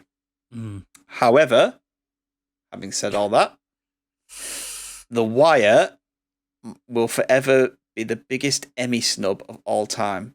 Agreed. This show was not nominated for any of its great work across acting. Wow. Did not win anything across acting, writing, or directing. It was only Bollocks. ever nominated twice for writing. Wow. So its whole show, a show that's brimming with amazing acting, directing, and writing, it never received a single award. It makes you a bit sick, really, thinking about it. Baffles me how. I think the Emmys are it's a very weird show, the Emmys, because they have comedy and musical over here and then drama over here. And they seem to just put them into that. But yeah, The Wire never ever receiving a nomination for Best Show, at least. So what did? What won it when that came out? So I went and had a look at this, and these are great shows, in my opinion. So at the same time, the likes of The Sopranos, The West Wing, and 6 Feet Under were all getting nominations. Yes, that is a tough category, though. So it's a tough category, but it should be in there because when you consider the other nominees during its run were CSI, Boring. 24, which I love 24, but it's not better than The Wire. I think 24 is a bit trashy. It gets a bit worse. popcorny. It starts off I love really 24, strong, but it's a bit popcorny, isn't it? Not 24 won one year in there. I think it was for its one of its final series. I think it's probably more of a we've nominated this so many times. It's got to win. Let's give it its award. And I think a lot of these as well were probably nominations based on the zeitgeist at the time. Lost, Heroes. Lost is not good. I'm going to say it on record now. Great. Lost is not a good show. You can write in and argue with me. It is. It started off as the best show in the world. The first episode, The first series. Yeah, the first series is brilliant. It sets it up really well. No, it is shit. It's not the first series. Is brilliant. It leaves you with all these things, but that is typical J.J. Abrams. I'm not here to get to that. That is typical Abrams. I've set up this world. Now I'm just going to go fight bye. J.J. Abrams. I'm going to fight him on the streets. But these were good shows. Lost, Heroes, Grey's Anatomy, when they Boston Legal, and Dexter. They're all good shows when they first came out, and you can see why they got nominations. These were new shows that were the big talk of the internet, and everyone was watching. Oh yeah, they were all there. Perfectly fine to get nominated, but the fact that The Wire in all of that run didn't get even a single nomination. Mate, if it weren't for people chatting all the time at work, I would never have watched The Wire. It's so good. Like the 1 year, the first season of The Wire that year was Sopranos, West Wing, 6 Feet Under, 24, and CSI. Yeah, you could easily get rid of CSI. It's just gubbins. Mate, CSI is fucking. There's like 5 good episodes of CSI, and they've copied other things. Yeah, one of the best CSI episodes is copying Kill Bill Volume 2. The buried. Do you remember that episode where Tarantino actually directed? No, I've just seen CSI few episodes here and there, and it's just like compared to The Wire, it's just. Oh my God, we found his sperm all over these curtains. Some of the way they come up with some of the ways they come up with like catching things. It's like whatever. But yeah, I'm wanting a Biggie for Best Drama Series to correct the wrongs. Absolutely. The Wire was never given an award for Best Show or even a nomination. Yes, and if you're listening to this, I have seen the collection for £20 on Blu-ray. Get it. You will not be let down. Well, I'm sorry. Did you just say The Wire's going for £20? £20. I've seen it. I've seen it recently. Get it. Tell me where, because I will send you the link. Mm-hmm. It is a sensational show. For my money, he absolutely deserves a Biggie, and I hope Idris would accept this award on The Wire's behalf. I know he listens to the show, and we will send it out in the post. Excellent. Again, the president of the Biggies, it's Biggie. Yes, I am back. Thank you. What? Yes, I am breathtaking. No, not you. So yes, I'm here to announce the winner of Best Actress Award for 2018. And tonight it is Hereditary with Toni Collette. Now, I have mentioned this movie before, but in case listeners aren't aware, Hereditary is a 2018 American supernatural. What is wrong with me? Supernatural. It's supernatural, baby. Banging out these episode titles. It's a supernatural horror drama written by Ari Aster and directed. He also did Midsummer, which I really recommend. Oh, yeah. It was his directorial debut, and as previously mentioned, it stars Toni Collette, Alex Wolff, Millie Shapiro, and Gabriel Byrne as a family haunted by a mysterious presence after the death of their grandmother. Rotten Tomatoes puts this best. Hereditary uses its classic setup as the framework for a harrowing, uncommonly unsettling horror film whose cold touch lingers long beyond the closing credits. And I thought about this movie a lot. It really got its teeth into me. Yeah. It just hovered in my mind. Yeah. Days after watching it, I just thought it was so good. I actually watched it 2 days later after watching it. I just had to watch it again. Having experienced grief myself more times than I care to mention, her performance of her character's stages of grief were just incredible. Whether it's the initial shock or that fog that you go through afterwards, and then to the climatic end of the movie, she was 100% snubbed, in my opinion. I think Toni Collette's really unsung as an actor, to be honest. I mean, I first saw her in Little Miss Sunshine, I saw. Oh, she was in Sixth Sense as well, yeah. Yeah. Fuck. But she's had a fantastic career. Yeah. But she was nominated for various awards for no less than 11 times for this performance. She won 5, but none of the big ones. For the Oscars in 2018, Frances McDormand won it for 3 billboards. That is a really good film, though. Great performance. But personally, I just feel Toni Collette was just better. But unfortunately, horror generally tends not to get doesn't win, does it? Feel. So she would have been up for the Oscars in 2019. I'm not sure who the other nominees are. I haven't had a chance to find that out. Just Stiggle now. Yeah. Olivia Colman won that for The Favourite, playing Queen Anne. To be fair, she's brilliant in that. Yeah, I thought it was really good. I can't disagree with that one. Yalitza Aparicio for Roma, Glenn Close for The Wife, Lady Gaga for A Star Is Born, and Melissa McCarthy for Can You Ever Forgive Me? I really like A Star Is Born. I like the original, but I get a lot of shit for liking that film, but I think it's a really good film. Movie. I like Bradley Cooper in it. He's really good. Any other kind of movies like that? You know, but I do agree that Toni Collette should have been in the chatter for that year because when people talk about horror films and stuff, they talk about this. They always bring up Hereditary. It's like one of the modern staples of horror now, and thriller, should I say? It's like it's up there. Do you know when people like do like a modern list of horror films? Because I think horror's not what it used to be. Horror used to be about Freddy Krueger attacking teenagers and Jason Voorhees attacking anyone that did anything illegal.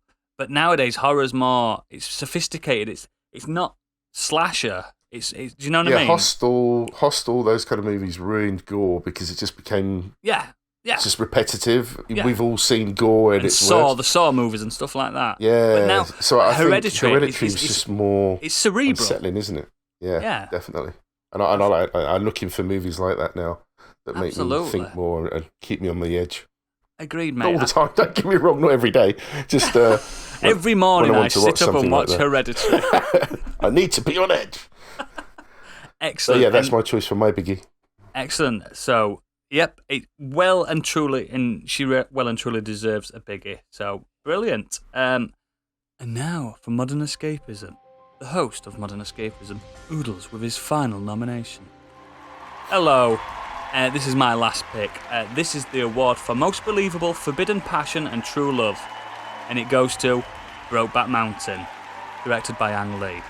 So, Jack Nicholson couldn't contain his surprise at the 2006 Academy Awards as he announced that Crash had bested Brokeback Mountain for Best Picture, even mouthing, "Whoa!" at the podium. Brokeback, a love story between two cowboys, Jake Gyllenhaal and Heath Ledger, had been the favourite to win. But Crash, a drama centred around racial tensions in LA, ultimately took Best Picture. It's gone down as one of the biggest head-scratchers in Oscars history, with even Crash writer-director Paul Haggis questioning his win.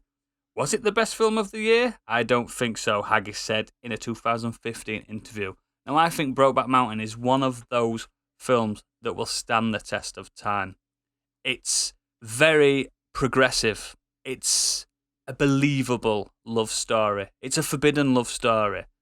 It's the fact that these two gentlemen had wives at home and they went out to work for 6 months on a mountain and fell in love. They were both of the actors surprised that they fell in love with each other, but it just did. And that's what the forbidden love is. It's when I first watched it, I was like, I'm not watching this. I'll be honest, I was a bit bigoted about it. I was like, I'm not watching this. It's about gay cowboys. I think a lot of people were. Like I'm being honest about it. That's what I was feeling at that time. And then I watched it. It's not about gay cowboys. It's about two people falling in love. And they shouldn't have fallen in love, but it's circumstances, isn't it? No, it's not that they shouldn't have fallen in love. They fell in love quite naturally. The problem is it's the society it's that lived in natural. at the time. Yeah, Yes, yeah. Like I've seen it, and one thing that I kind of enjoy with it is that it's very respectful of their love. Like it's not you see a lot of kind of like moments of kind of gay romance in films where, unless they're Oscar bait films, like is it Moonlighting that was a couple of years ago? Yeah, Moonlighting, yeah. But yeah, a lot of films that represent like kind of gay relationships can be very gratuitous with it, and a lot of gay relationships in films aren't treated with the same respect as straight relationships. So seeing how they did it in Brokeback Mountain was actually really refreshing. Like it's so progressive, wasn't it, for the time? It's just portrayed as two people falling in love naturally. It's just love. It doesn't lean on the fact that they're gays. They're men. You know, they don't. It doesn't do that kind of thing. Which it's a the lot fact of that they films were have done married in the to past. people back at home, wasn't it? That was that's the forbidden part of it. Yeah. And the thing is that the fact that he came off the back of Hulk and The Hire, which not a big fan, and I like Ang Lee as a director. Like we've got Life of Pi, Crouching Tiger, and Sense and Sensibility. Do you know what I mean? He did really, really fucking powerful, poignant films, but I think this is his magnum opus. I think it's perfect. And Crash, yeah, I've seen Crash, but it's wholly forgettable. It's completely forgettable. Like you've probably all seen Crash, but what were your favourite moment? I've never watched it because everyone just said how Crash shit it was. So I just it's messy. bother. It's a messy film. It's got a good message. I've seen the other film called Crash. Now that's a very different film. Yes, Yeah, very much so. But I think Brokeback Mountain, just cinematography wise, the fact that Ang Lee's not scared to just look at nature for an extended period of time, it just shows his artistry as a director, and the cinematography as the fact it doesn't. I don't think it specifically tells you the time for. I know it's like the 70s, 80s, isn't it? Something like that when it's set, but it doesn't specifically tell you. All you know is that these men have to go work on the mountain to provide for the families, and I think it's one of those. It doesn't matter when it was set. Yeah, it doesn't matter, does it? Because they're completely isolated from the rest of for society. months and months. And this is going to sound weird to say. It's a refreshingly claustrophobic film. It is, yeah. Because 99% of the film you spend with just these two people. Yeah, it's very intimate, isn't it? It is very intimate. Well, I don't even want to call it intimate because, like I said, I think it feels like a bit more claustrophobic because they are in such close quarters. Like yeah. I meant with them, when you're the viewer with them, you're there. Not their relationship. It's just the fact that you're there seeing it happen. And you know, there's that kind of that initial awkwardness when they're kind of sorting through their feelings for each other, and kind of until something happens. Yeah. There's a fair bit of tension and a fair bit of uncomfortableness about it, and I think it's almost like watching like a teenage romance film where you've got characters who explicitly don't know anything about love. Well, I don't think either of them knew.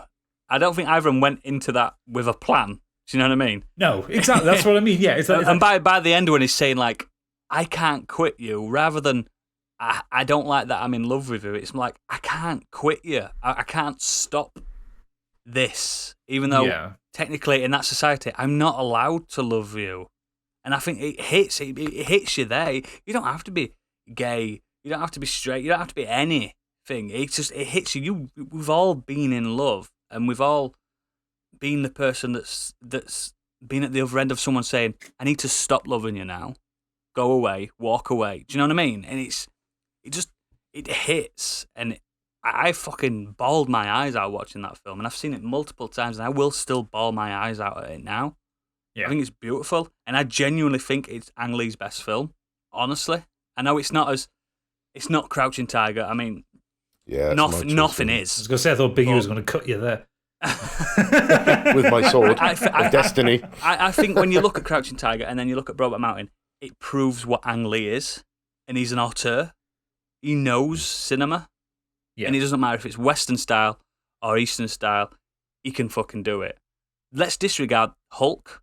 Let's always disregard Hulk. I don't think that was Ang Lee's fault. Even though his name's on the box. Yeah, I don't think he ever read a comic in his life. But yeah, I think Brokeback Mountain deserved that win over Crash. Don't get me wrong, it's won awards. It's won many awards. But Best Picture, there's not many films that's hit me like that film hit me and subverted my expectations as a moviegoer. And as someone that considered myself, it changed my attitude. It changed my attitude towards that kind of look. And for the better, which, if you've not seen Brokeback Mountain, there's so many memes and horrible, horrible shit you've heard about it. Ignore that. It's just a fucking great, great film. Yeah, it's well worth it. I got emotional then. And that's how much it proved to me. So, yeah, it definitely deserved a biggie. And now, for the final award from him, it's Gadget from Modern Escapism. Hello. So I'm going to give you a very short one here, but this is the Stephen King Award for Holy Shit, Are You Stealing My Style? And this goes to the 2010 video game Alan Wake for Best Story. Oh, shit, yeah. And Best Writing as well. So Alan Wake was, as I said, 2010 game by Remedy. Told the story of the titular Alan Wake, who is a struggling horror writer who decides to get away from it all. He's struggling to write his new book, Deadline, I think it's called, which is ironic that he's suffering from deadline issues. He takes a holiday in rural Washington State with his wife. They get, they as tradition goes with horror games, they rent the creepy lodge on the lake. Because, and you have to cross a fucking rickety bridge to get to it. Yep. And when he gets there, he finds a typewriter with the first page of his new book written in it. He hasn't written anything there at all. And there is a scream, and his wife disappears. And throughout the story of the game, you have to go through the town of Bright Falls, I think it's called, or Brightness Falls, or something like that. Yeah, you have to hunt your way through this town to try and find what happened to your wife. As you go, you find pages of the manuscript that Alan hasn't written yet, but then dictate the things that are going to happen in front of him. The enemies are referred to as the Taken. They are shadow monsters that you have to shine your torch on and then plug them a couple of times with a shotgun to kill them.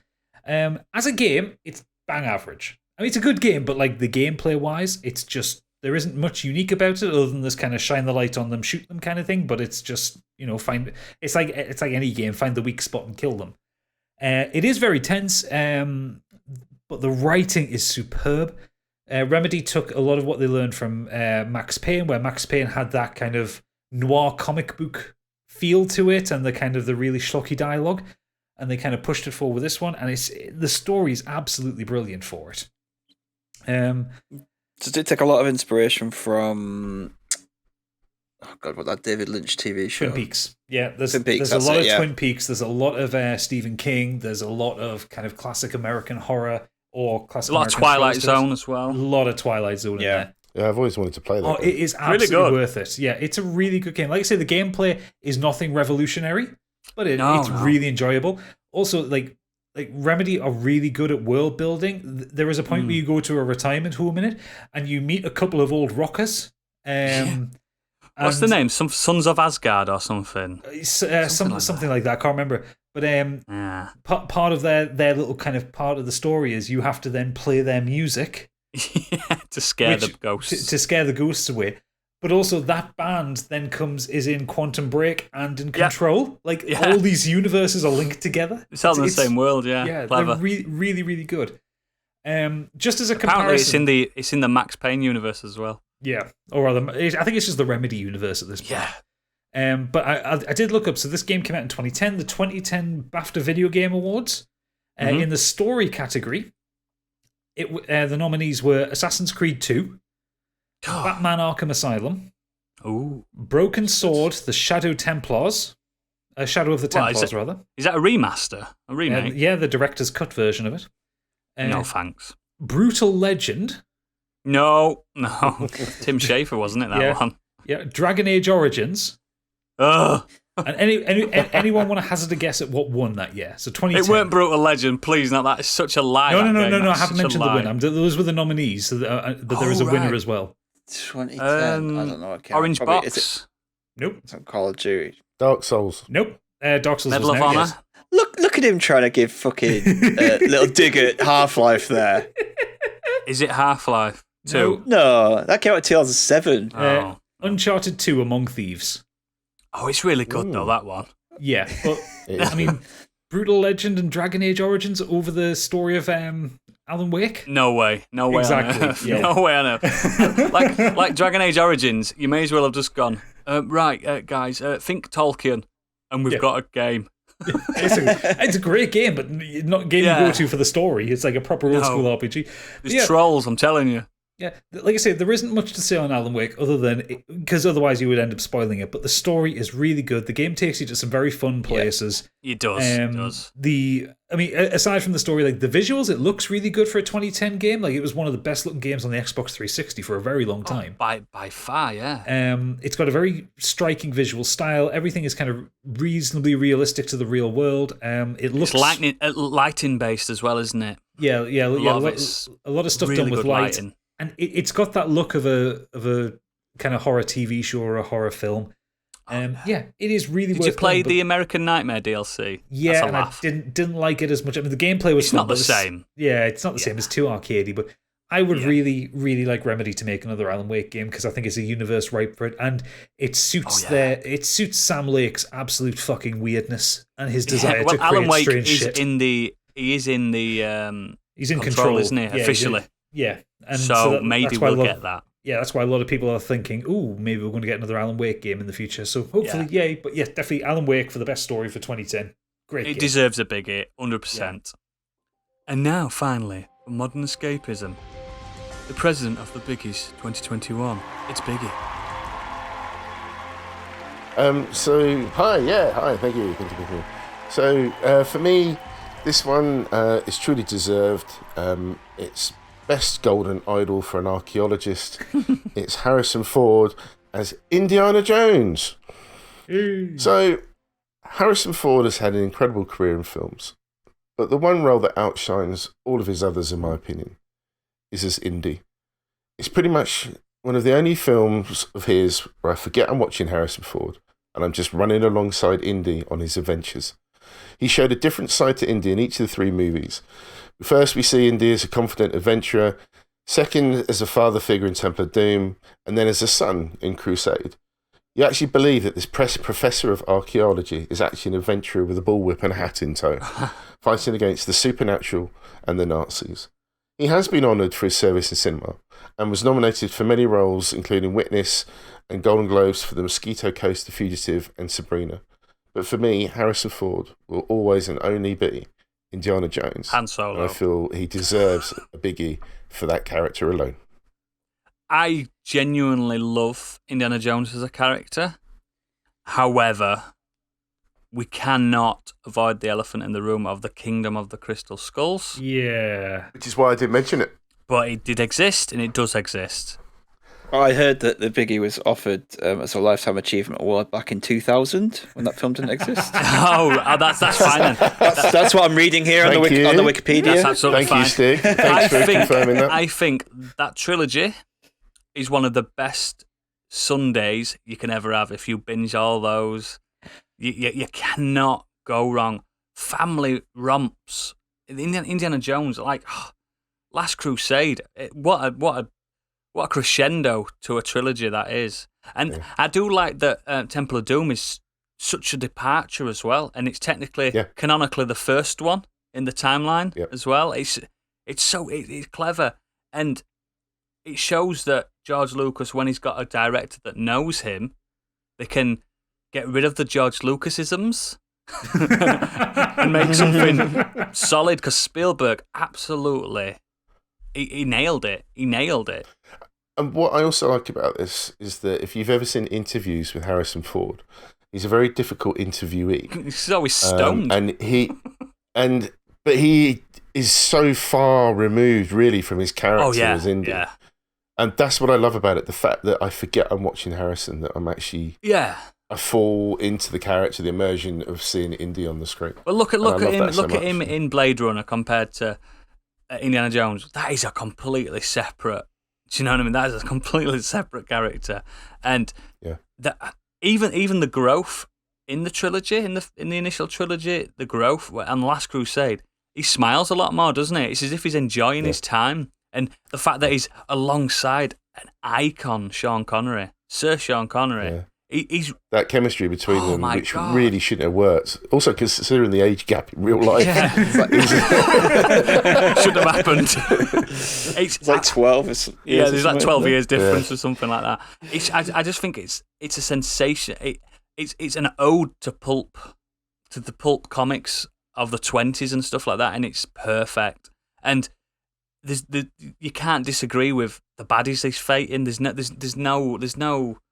Oh, I'm siding with the baddies this time. You can't. It's the fucking Nazis. You know what I mean?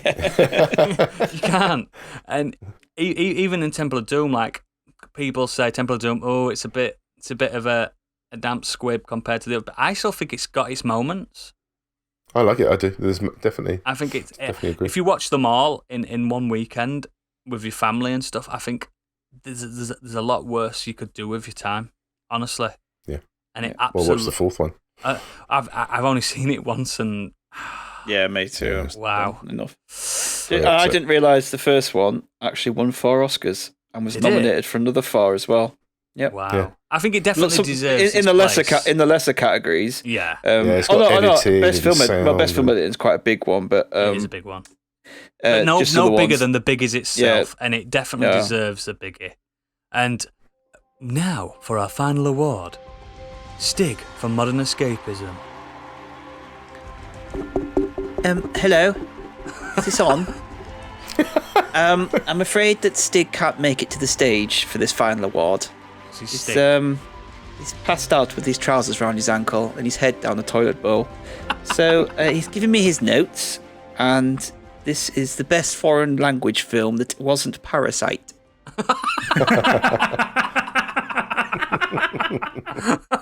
My favourite award so far. Go on then. Yeah, so if you're a long-term listener to us from the start, back on episode 6, I talked up a film called Portrait of a Lady on Fire. Yes, you did.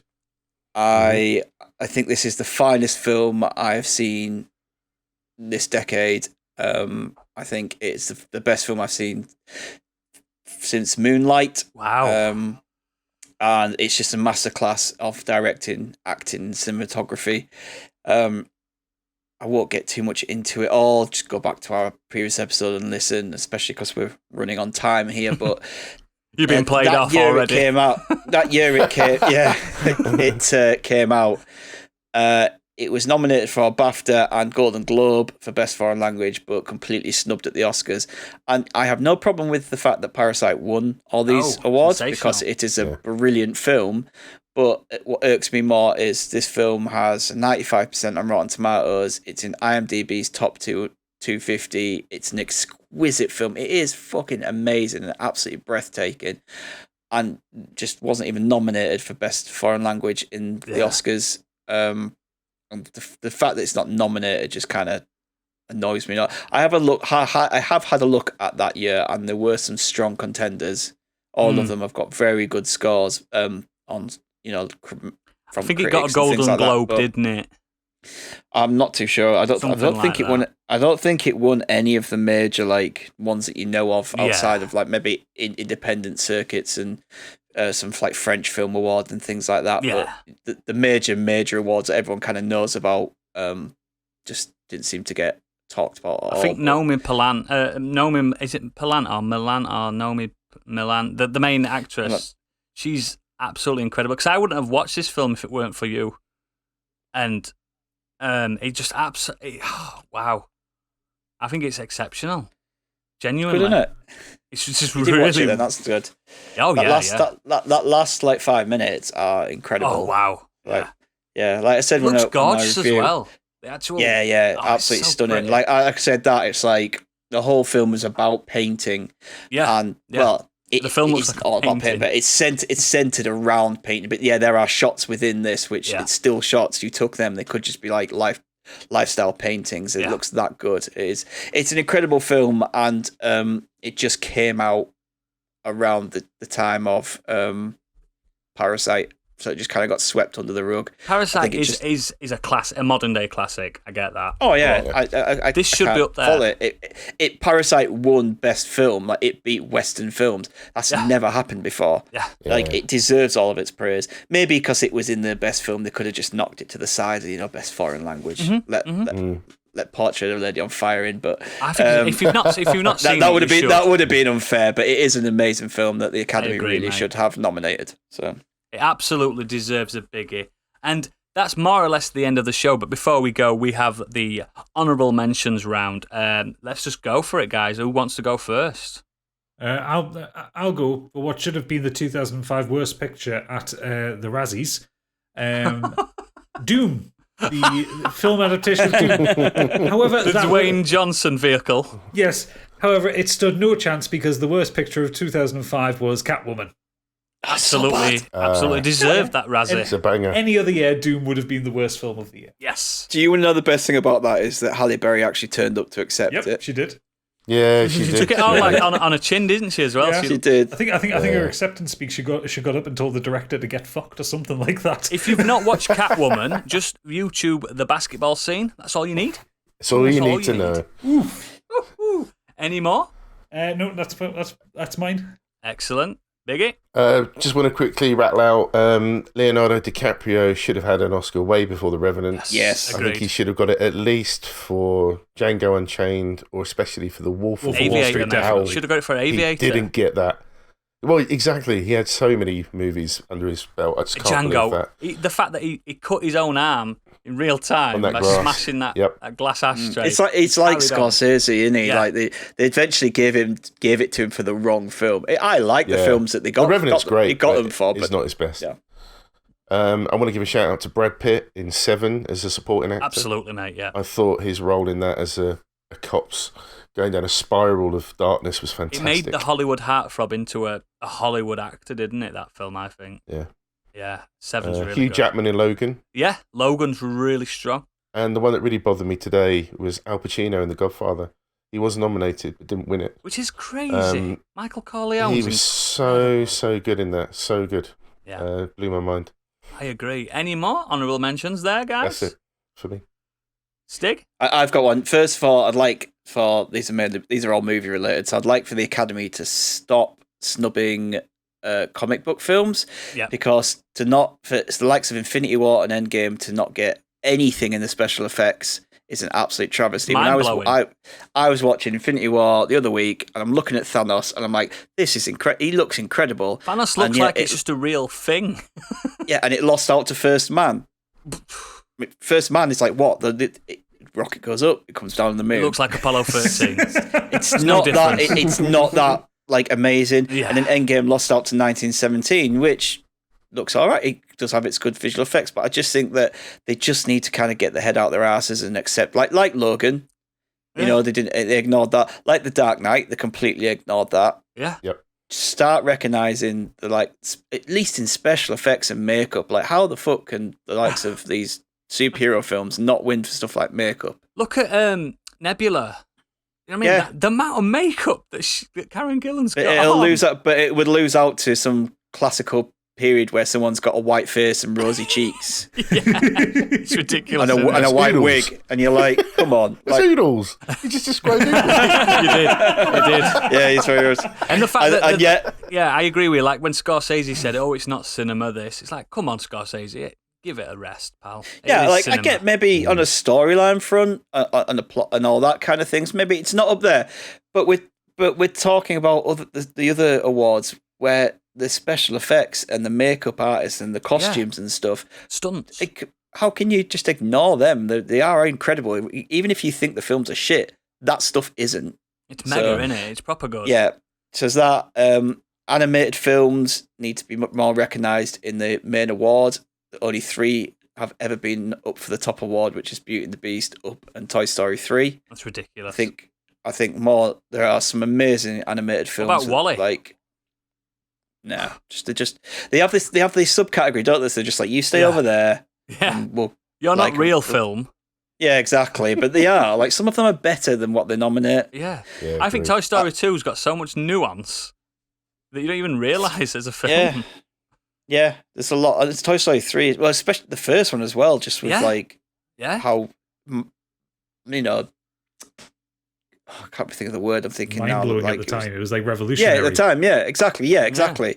And dealing with some things like kind of loss and Buzz, adolescence. existential crisis and stuff like that, like with Buzzards and It's stuff. proper clever. Yeah, but like finally, I just want to go nominations that should have won over ones that Wit did. Go for it. Saving Private Ryan should have won over Shakespeare in Love. Agreed. Yeah, You 100%. cannot convince me that Shakespeare in Love is a better film than Saving not. Private You won't Ryan. convince me it's a good film. Yeah. No. Might have a fine performances in it. I like but, it, but it's not Saving Private Ryan. And this is what I was talking about earlier when I said I'd come back to this. I read up on this, and apparently this all came about really due to heavy canvassing by disgraced human being Harvey Weinstein. So that tells you all you need to know about how certain films get to where they need to be. Yeah. And that's a perfect example. Nothing is better than Saving Private Ryan that year for me, and especially not Shakespeare in Love. It changed the landscape of what we thought of war. Do you know what I mean? Yeah, it's an amazing film. Next one, Social Network should have won over The King's Speech. Yep, 100%. Love that film. Yeah. I've watched it so many times. And Jesse Eisenberg's best performance. So good. And I like The King's Speech. Don't get me wrong, I think it's a fine film. But I actually looked at the other nominees that year. All of these are better in my opinion. Black Swan, Inception, The Fighter, True Grit, and Toy Story 3. It's an Oscar bait film. It's a historical character overcoming the odds. True, yeah. And it's British. They love British historical British films. Absolutely love that shit. And it hasn't got Buzz Lightyear in it. You know, yeah. Buzz Lightyear is a character.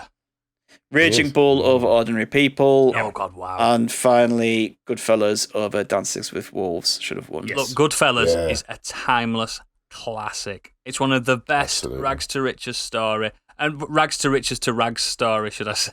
Yeah. Ever. Yeah. So yeah, they're what? Absolutely fantastic. I've got one honourable mention. It's the award for the critics liked it, but you guys didn't. Why haven't you played it yet? It's Mad Max. I've said it millions of times. You've not played it. Start playing Mad Max. It's one of the best open world games of last gen. I'm not going to go any more because we've got a bustling postbag in the green room at the after party, and the Postmaster General is absolutely hammered. So let's get on with it. Yeah, so as I kind of walk into the green room and kind of step over Stig's body, there's just a pile of sick next to him. DJ Walsh at DJ_Breathnacht has said the one that absolutely stands out is Steve Carell not winning an Emmy for playing Michael Scott in the US Office. Oh God, yeah. One of the all-time greatest television performances sustained over several seasons on what is now the most watched show in the world. Michael Scarn alone deserved an Oscar for Threat Level Midnight. Right this Hollywood wrong. It's a good episode. I love that. That is so funny. With Goldface. Yeah, so fucking awkward to watch, but so funny. Charlie Ridgewell has come in and said, I have the opinion that if your film is snubbed, you're too good for the awards. Palm Springs didn't get fuck all. It's a sensational film. Still need to watch that. Oh, please watch it. David Cheeseman has said, I will never understand how Jake Gyllenhaal didn't win anything for Nightcrawler. He wasn't even nominated. That's the best performance in the last decade. So good. Yep. Björg Pruschmeier. I pronounced it right. Nominations for Best Film, Cinematography, Direction, Leading Actress, and Supporting Actor for Hereditary should all have been given. But no, it's horror. Can't award that now, can we? Yep. Yeah, it's just like Stig was saying with cartoons and animation. They're not allowed awards, are they? Because they're not real films. Exactly. It's ridiculous. It's ridiculous. Andy Bleasdale has come on saying Florence Pugh for Midsommar. Midsommar? Watch that. If you haven't seen that, watch it. She's a great actor as well. She was in the wrestling film as well. It's on Amazon Prime. Midsommar. Stig, what's the Page film that she was in? Florence Pugh. Fighting with Your Family, that one. Yeah. She's really good in that as well. She's a right up and coming actor. Well, I've heard lots of good things about Midsommar, so I'll have to watch it at some point. Oh, Midsommar's great. He also goes on to say Toni Collette for Hereditary.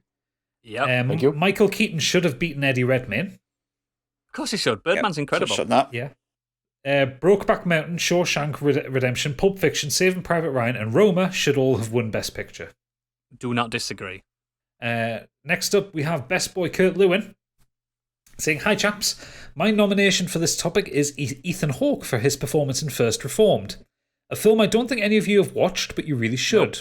But not if you're looking for a film to cheer you up. I've mentioned it before in a previous topic, but he plays a priest, and to say any more would be to spoil it. I checked, and he didn't even get an Oscar nomination for his performance, which frankly baffles me. Any of us seen this? This is a film I really want to see, but he basically mentions why I haven't yet, because I just haven't been in the mood. Ethan Hawke. One of those ones. Ethan Hawke has always been an actor that I've always been like, I'm not that arsed with you. But he was good in that that Australian vampire film. What was that called now? Where they were.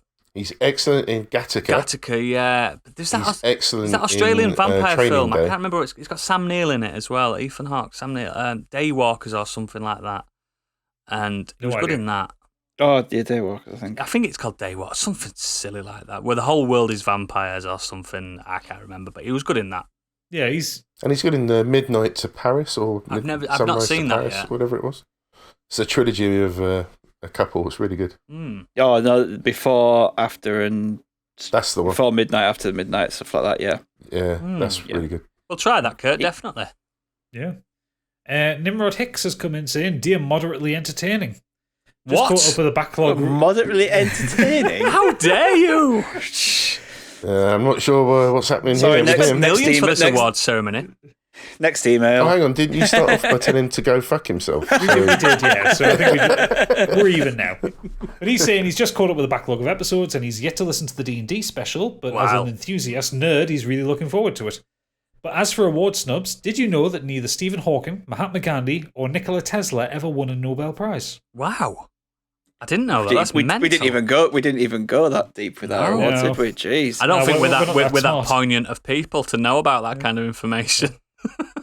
However, he goes on to say, "For me, the worst crime of this nature is in 1954 when Chris Chataway won Sports Personality of the Year ahead of Roger Bannister, who that year broke the 4-minute mile barrier. Wow. Chataway's 5,000-metre race had been televised and as such stole more hearts from the watching audience.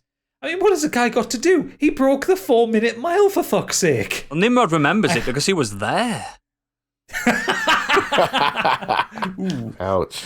That's all I have to offer, other than myself being cruelly overlooked for promotion to Sixer in the Norwich 35th Cub Scout group in 1984. Still hurts to this day, apparently. Bless him. Oh dear. And last up on deck, we've got Ray. And this is a long one, but it is. I've read through it, and it is actually a really good one. So he says, "Hi, Modern Escapism. The story of Sir Roger Deakins and Oscars is not exactly a snubbed story. After all, the man did eventually get his recognition twice. However, his long journey towards best cinematographer seems like a powerful being kept toying with them. The fact that this story formula happened 13 times in 20 years makes it almost like a series of unfortunate events." It's insane. Yeah. After 20 years in the industry, Deakins hit it big with the Academy Awards in 1994 for his work on the greatest snub movie of all time, The Shawshank Redemption. Good film. He probably didn't feel too bad losing to John Tull, who handed the cameras for Legend of the Fallen Braveheart, as he was a newcomer, but the curse of Shawshank had already stuck with him. 2 years later, he was nominated for Fargo, but lost to The English Patient.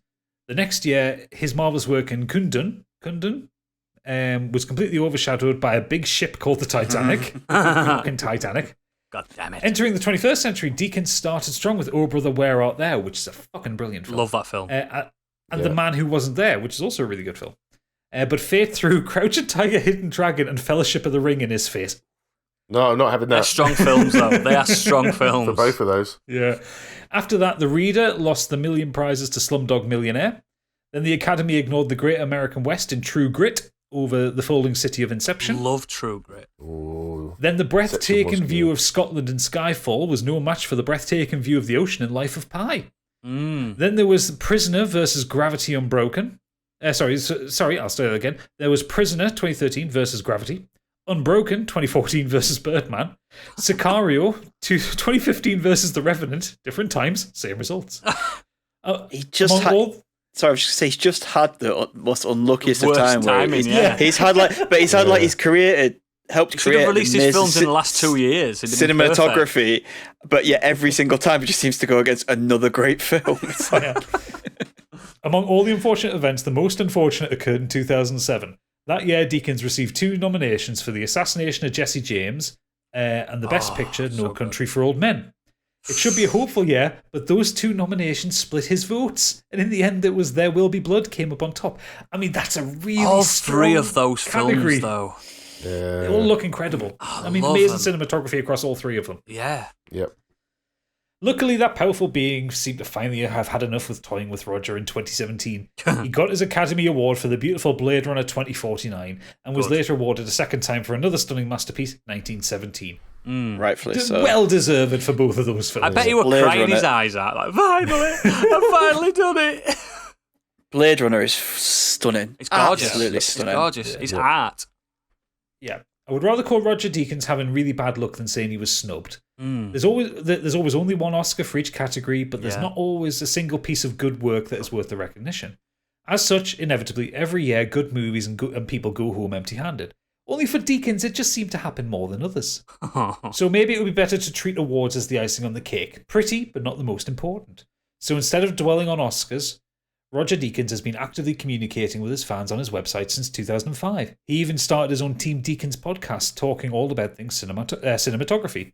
And of course, he's still busy working on whatever his next project is. Wow. And I think that's a really poignant way to end that off there, because, like, as he says, there is only one winner per category every year. But a lot of excellent stuff gets missed. Falls through the And I cracks because think, of that. as I stated earlier in the week, Rue wrote that, didn't he? Right, yeah. And he's won the award for best feedback. So, Yeah. absolutely congratulations on that. You've won yourself a biggie, and that will be sent out to you in the post in about 7 years. They're very heavy, they're very large, and they are solid gold. Just like me. But yeah, that's exceptional feedback. And yeah, there's a lot of things that just for people, for mortals that we are, we will miss a lot of films and a lot of games, a lot of shows. Books, we didn't talk about books, but there's been books that have been snubbed and stuff because they were going up against titans like Harry Potter and things like that. But we'll discuss it more in his Discord. And speaking of which, we have got socials to get through. Now, Stig, you have been the life and soul of the party at the backstage party, but now it's time for a bit of professionalism. Socials. Yes, so you can find us. Just a little bit then. From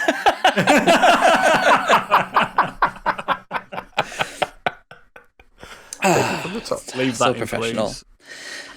You can find us on Twitter. Right. You can find us on Twitter at Modern Escapism. On there, you'll find a link to all of our episodes, socials on Discord. If you have any comments, you can either tweet us or you can email us at modernescapismpod@gmail.com. If you like to watch gaming streams, you can come and watch us at twitch.tv/modernescapism. Saturday, Oodles might be doing something. Keep your eyes peeled for that. Maybe. Mondays, Biggie will carry on with his Biggie Dies sessions on Dark Souls, and Gadget and I will have decided something for the following Wednesday after this Please comes do out. that new Two of Us, whatever it's called. Is it? We're takes toying two. Up between, we're toying up between A Way Out and Sea of Thieves. We haven't A decided Way yet. Out's a really good shout, guys. You'll love that. Yeah, YouTube. A Way Out could be a good shout, but yeah, by the time this comes out, hopefully we should we should know what we're gonna do. As ever, please check out our D&D special. I'll still keep plugging that for a while because it's well worth going to check that out if you haven't already. It should win a podcast award. It definitely should. Yeah, and if it doesn't, then we'll just give it a biggie because it deserves one. I'll roll the dice. See what happens. And natural one. as I said last week, it's still April till the end of April. If you go onto Podchaser, leave us a review, a 5-star review, and we'll like it, and you can do some good for charity at the same time. Yeah. Next week, we don't have any feedback needed for next week unless you're into Dungeons and Dragons, because next week we actually have our first guests on. So we don't have it. Our main topic is going to be basically an interview with the Dungeon Dads. Yes. Finally, Gadget gets his way. Yes. Yeah. Oh, yeah. I'm very excited about this one. I don't know if you can tell. I'm going to have if you do have any dads on. Yes. If you do have any feedback on that, if you're a Dungeons and Dragons nerd and you want to ask a few questions to them or anything like that, then you can still feel free to send it to us. But we don't have a main topic next week because we've got a guest on. But honestly, even if you're not into Dungeons and Dragons, if you want to watch someone or listen to someone like me crumble against talking to actual good podcasters, please tune in because these guys are successful and I am not. And if you want to listen to me giving them tips on how to host a podcast, absolutely. So it's gonna be incredible. But yeah, please review us on Podchaser. Like, you're giving a bit to charity, and it's free for you to do it.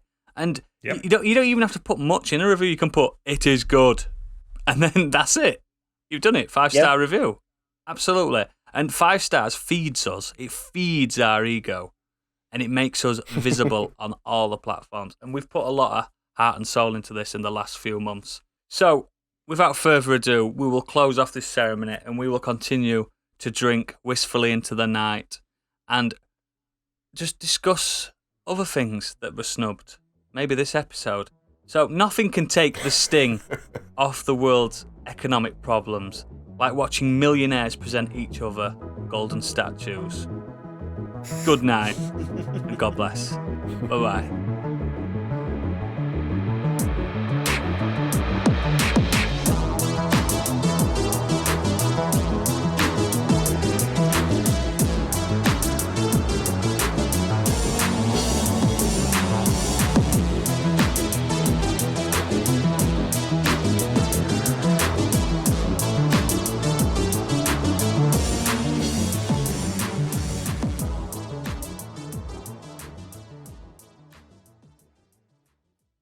It's just sperm everywhere.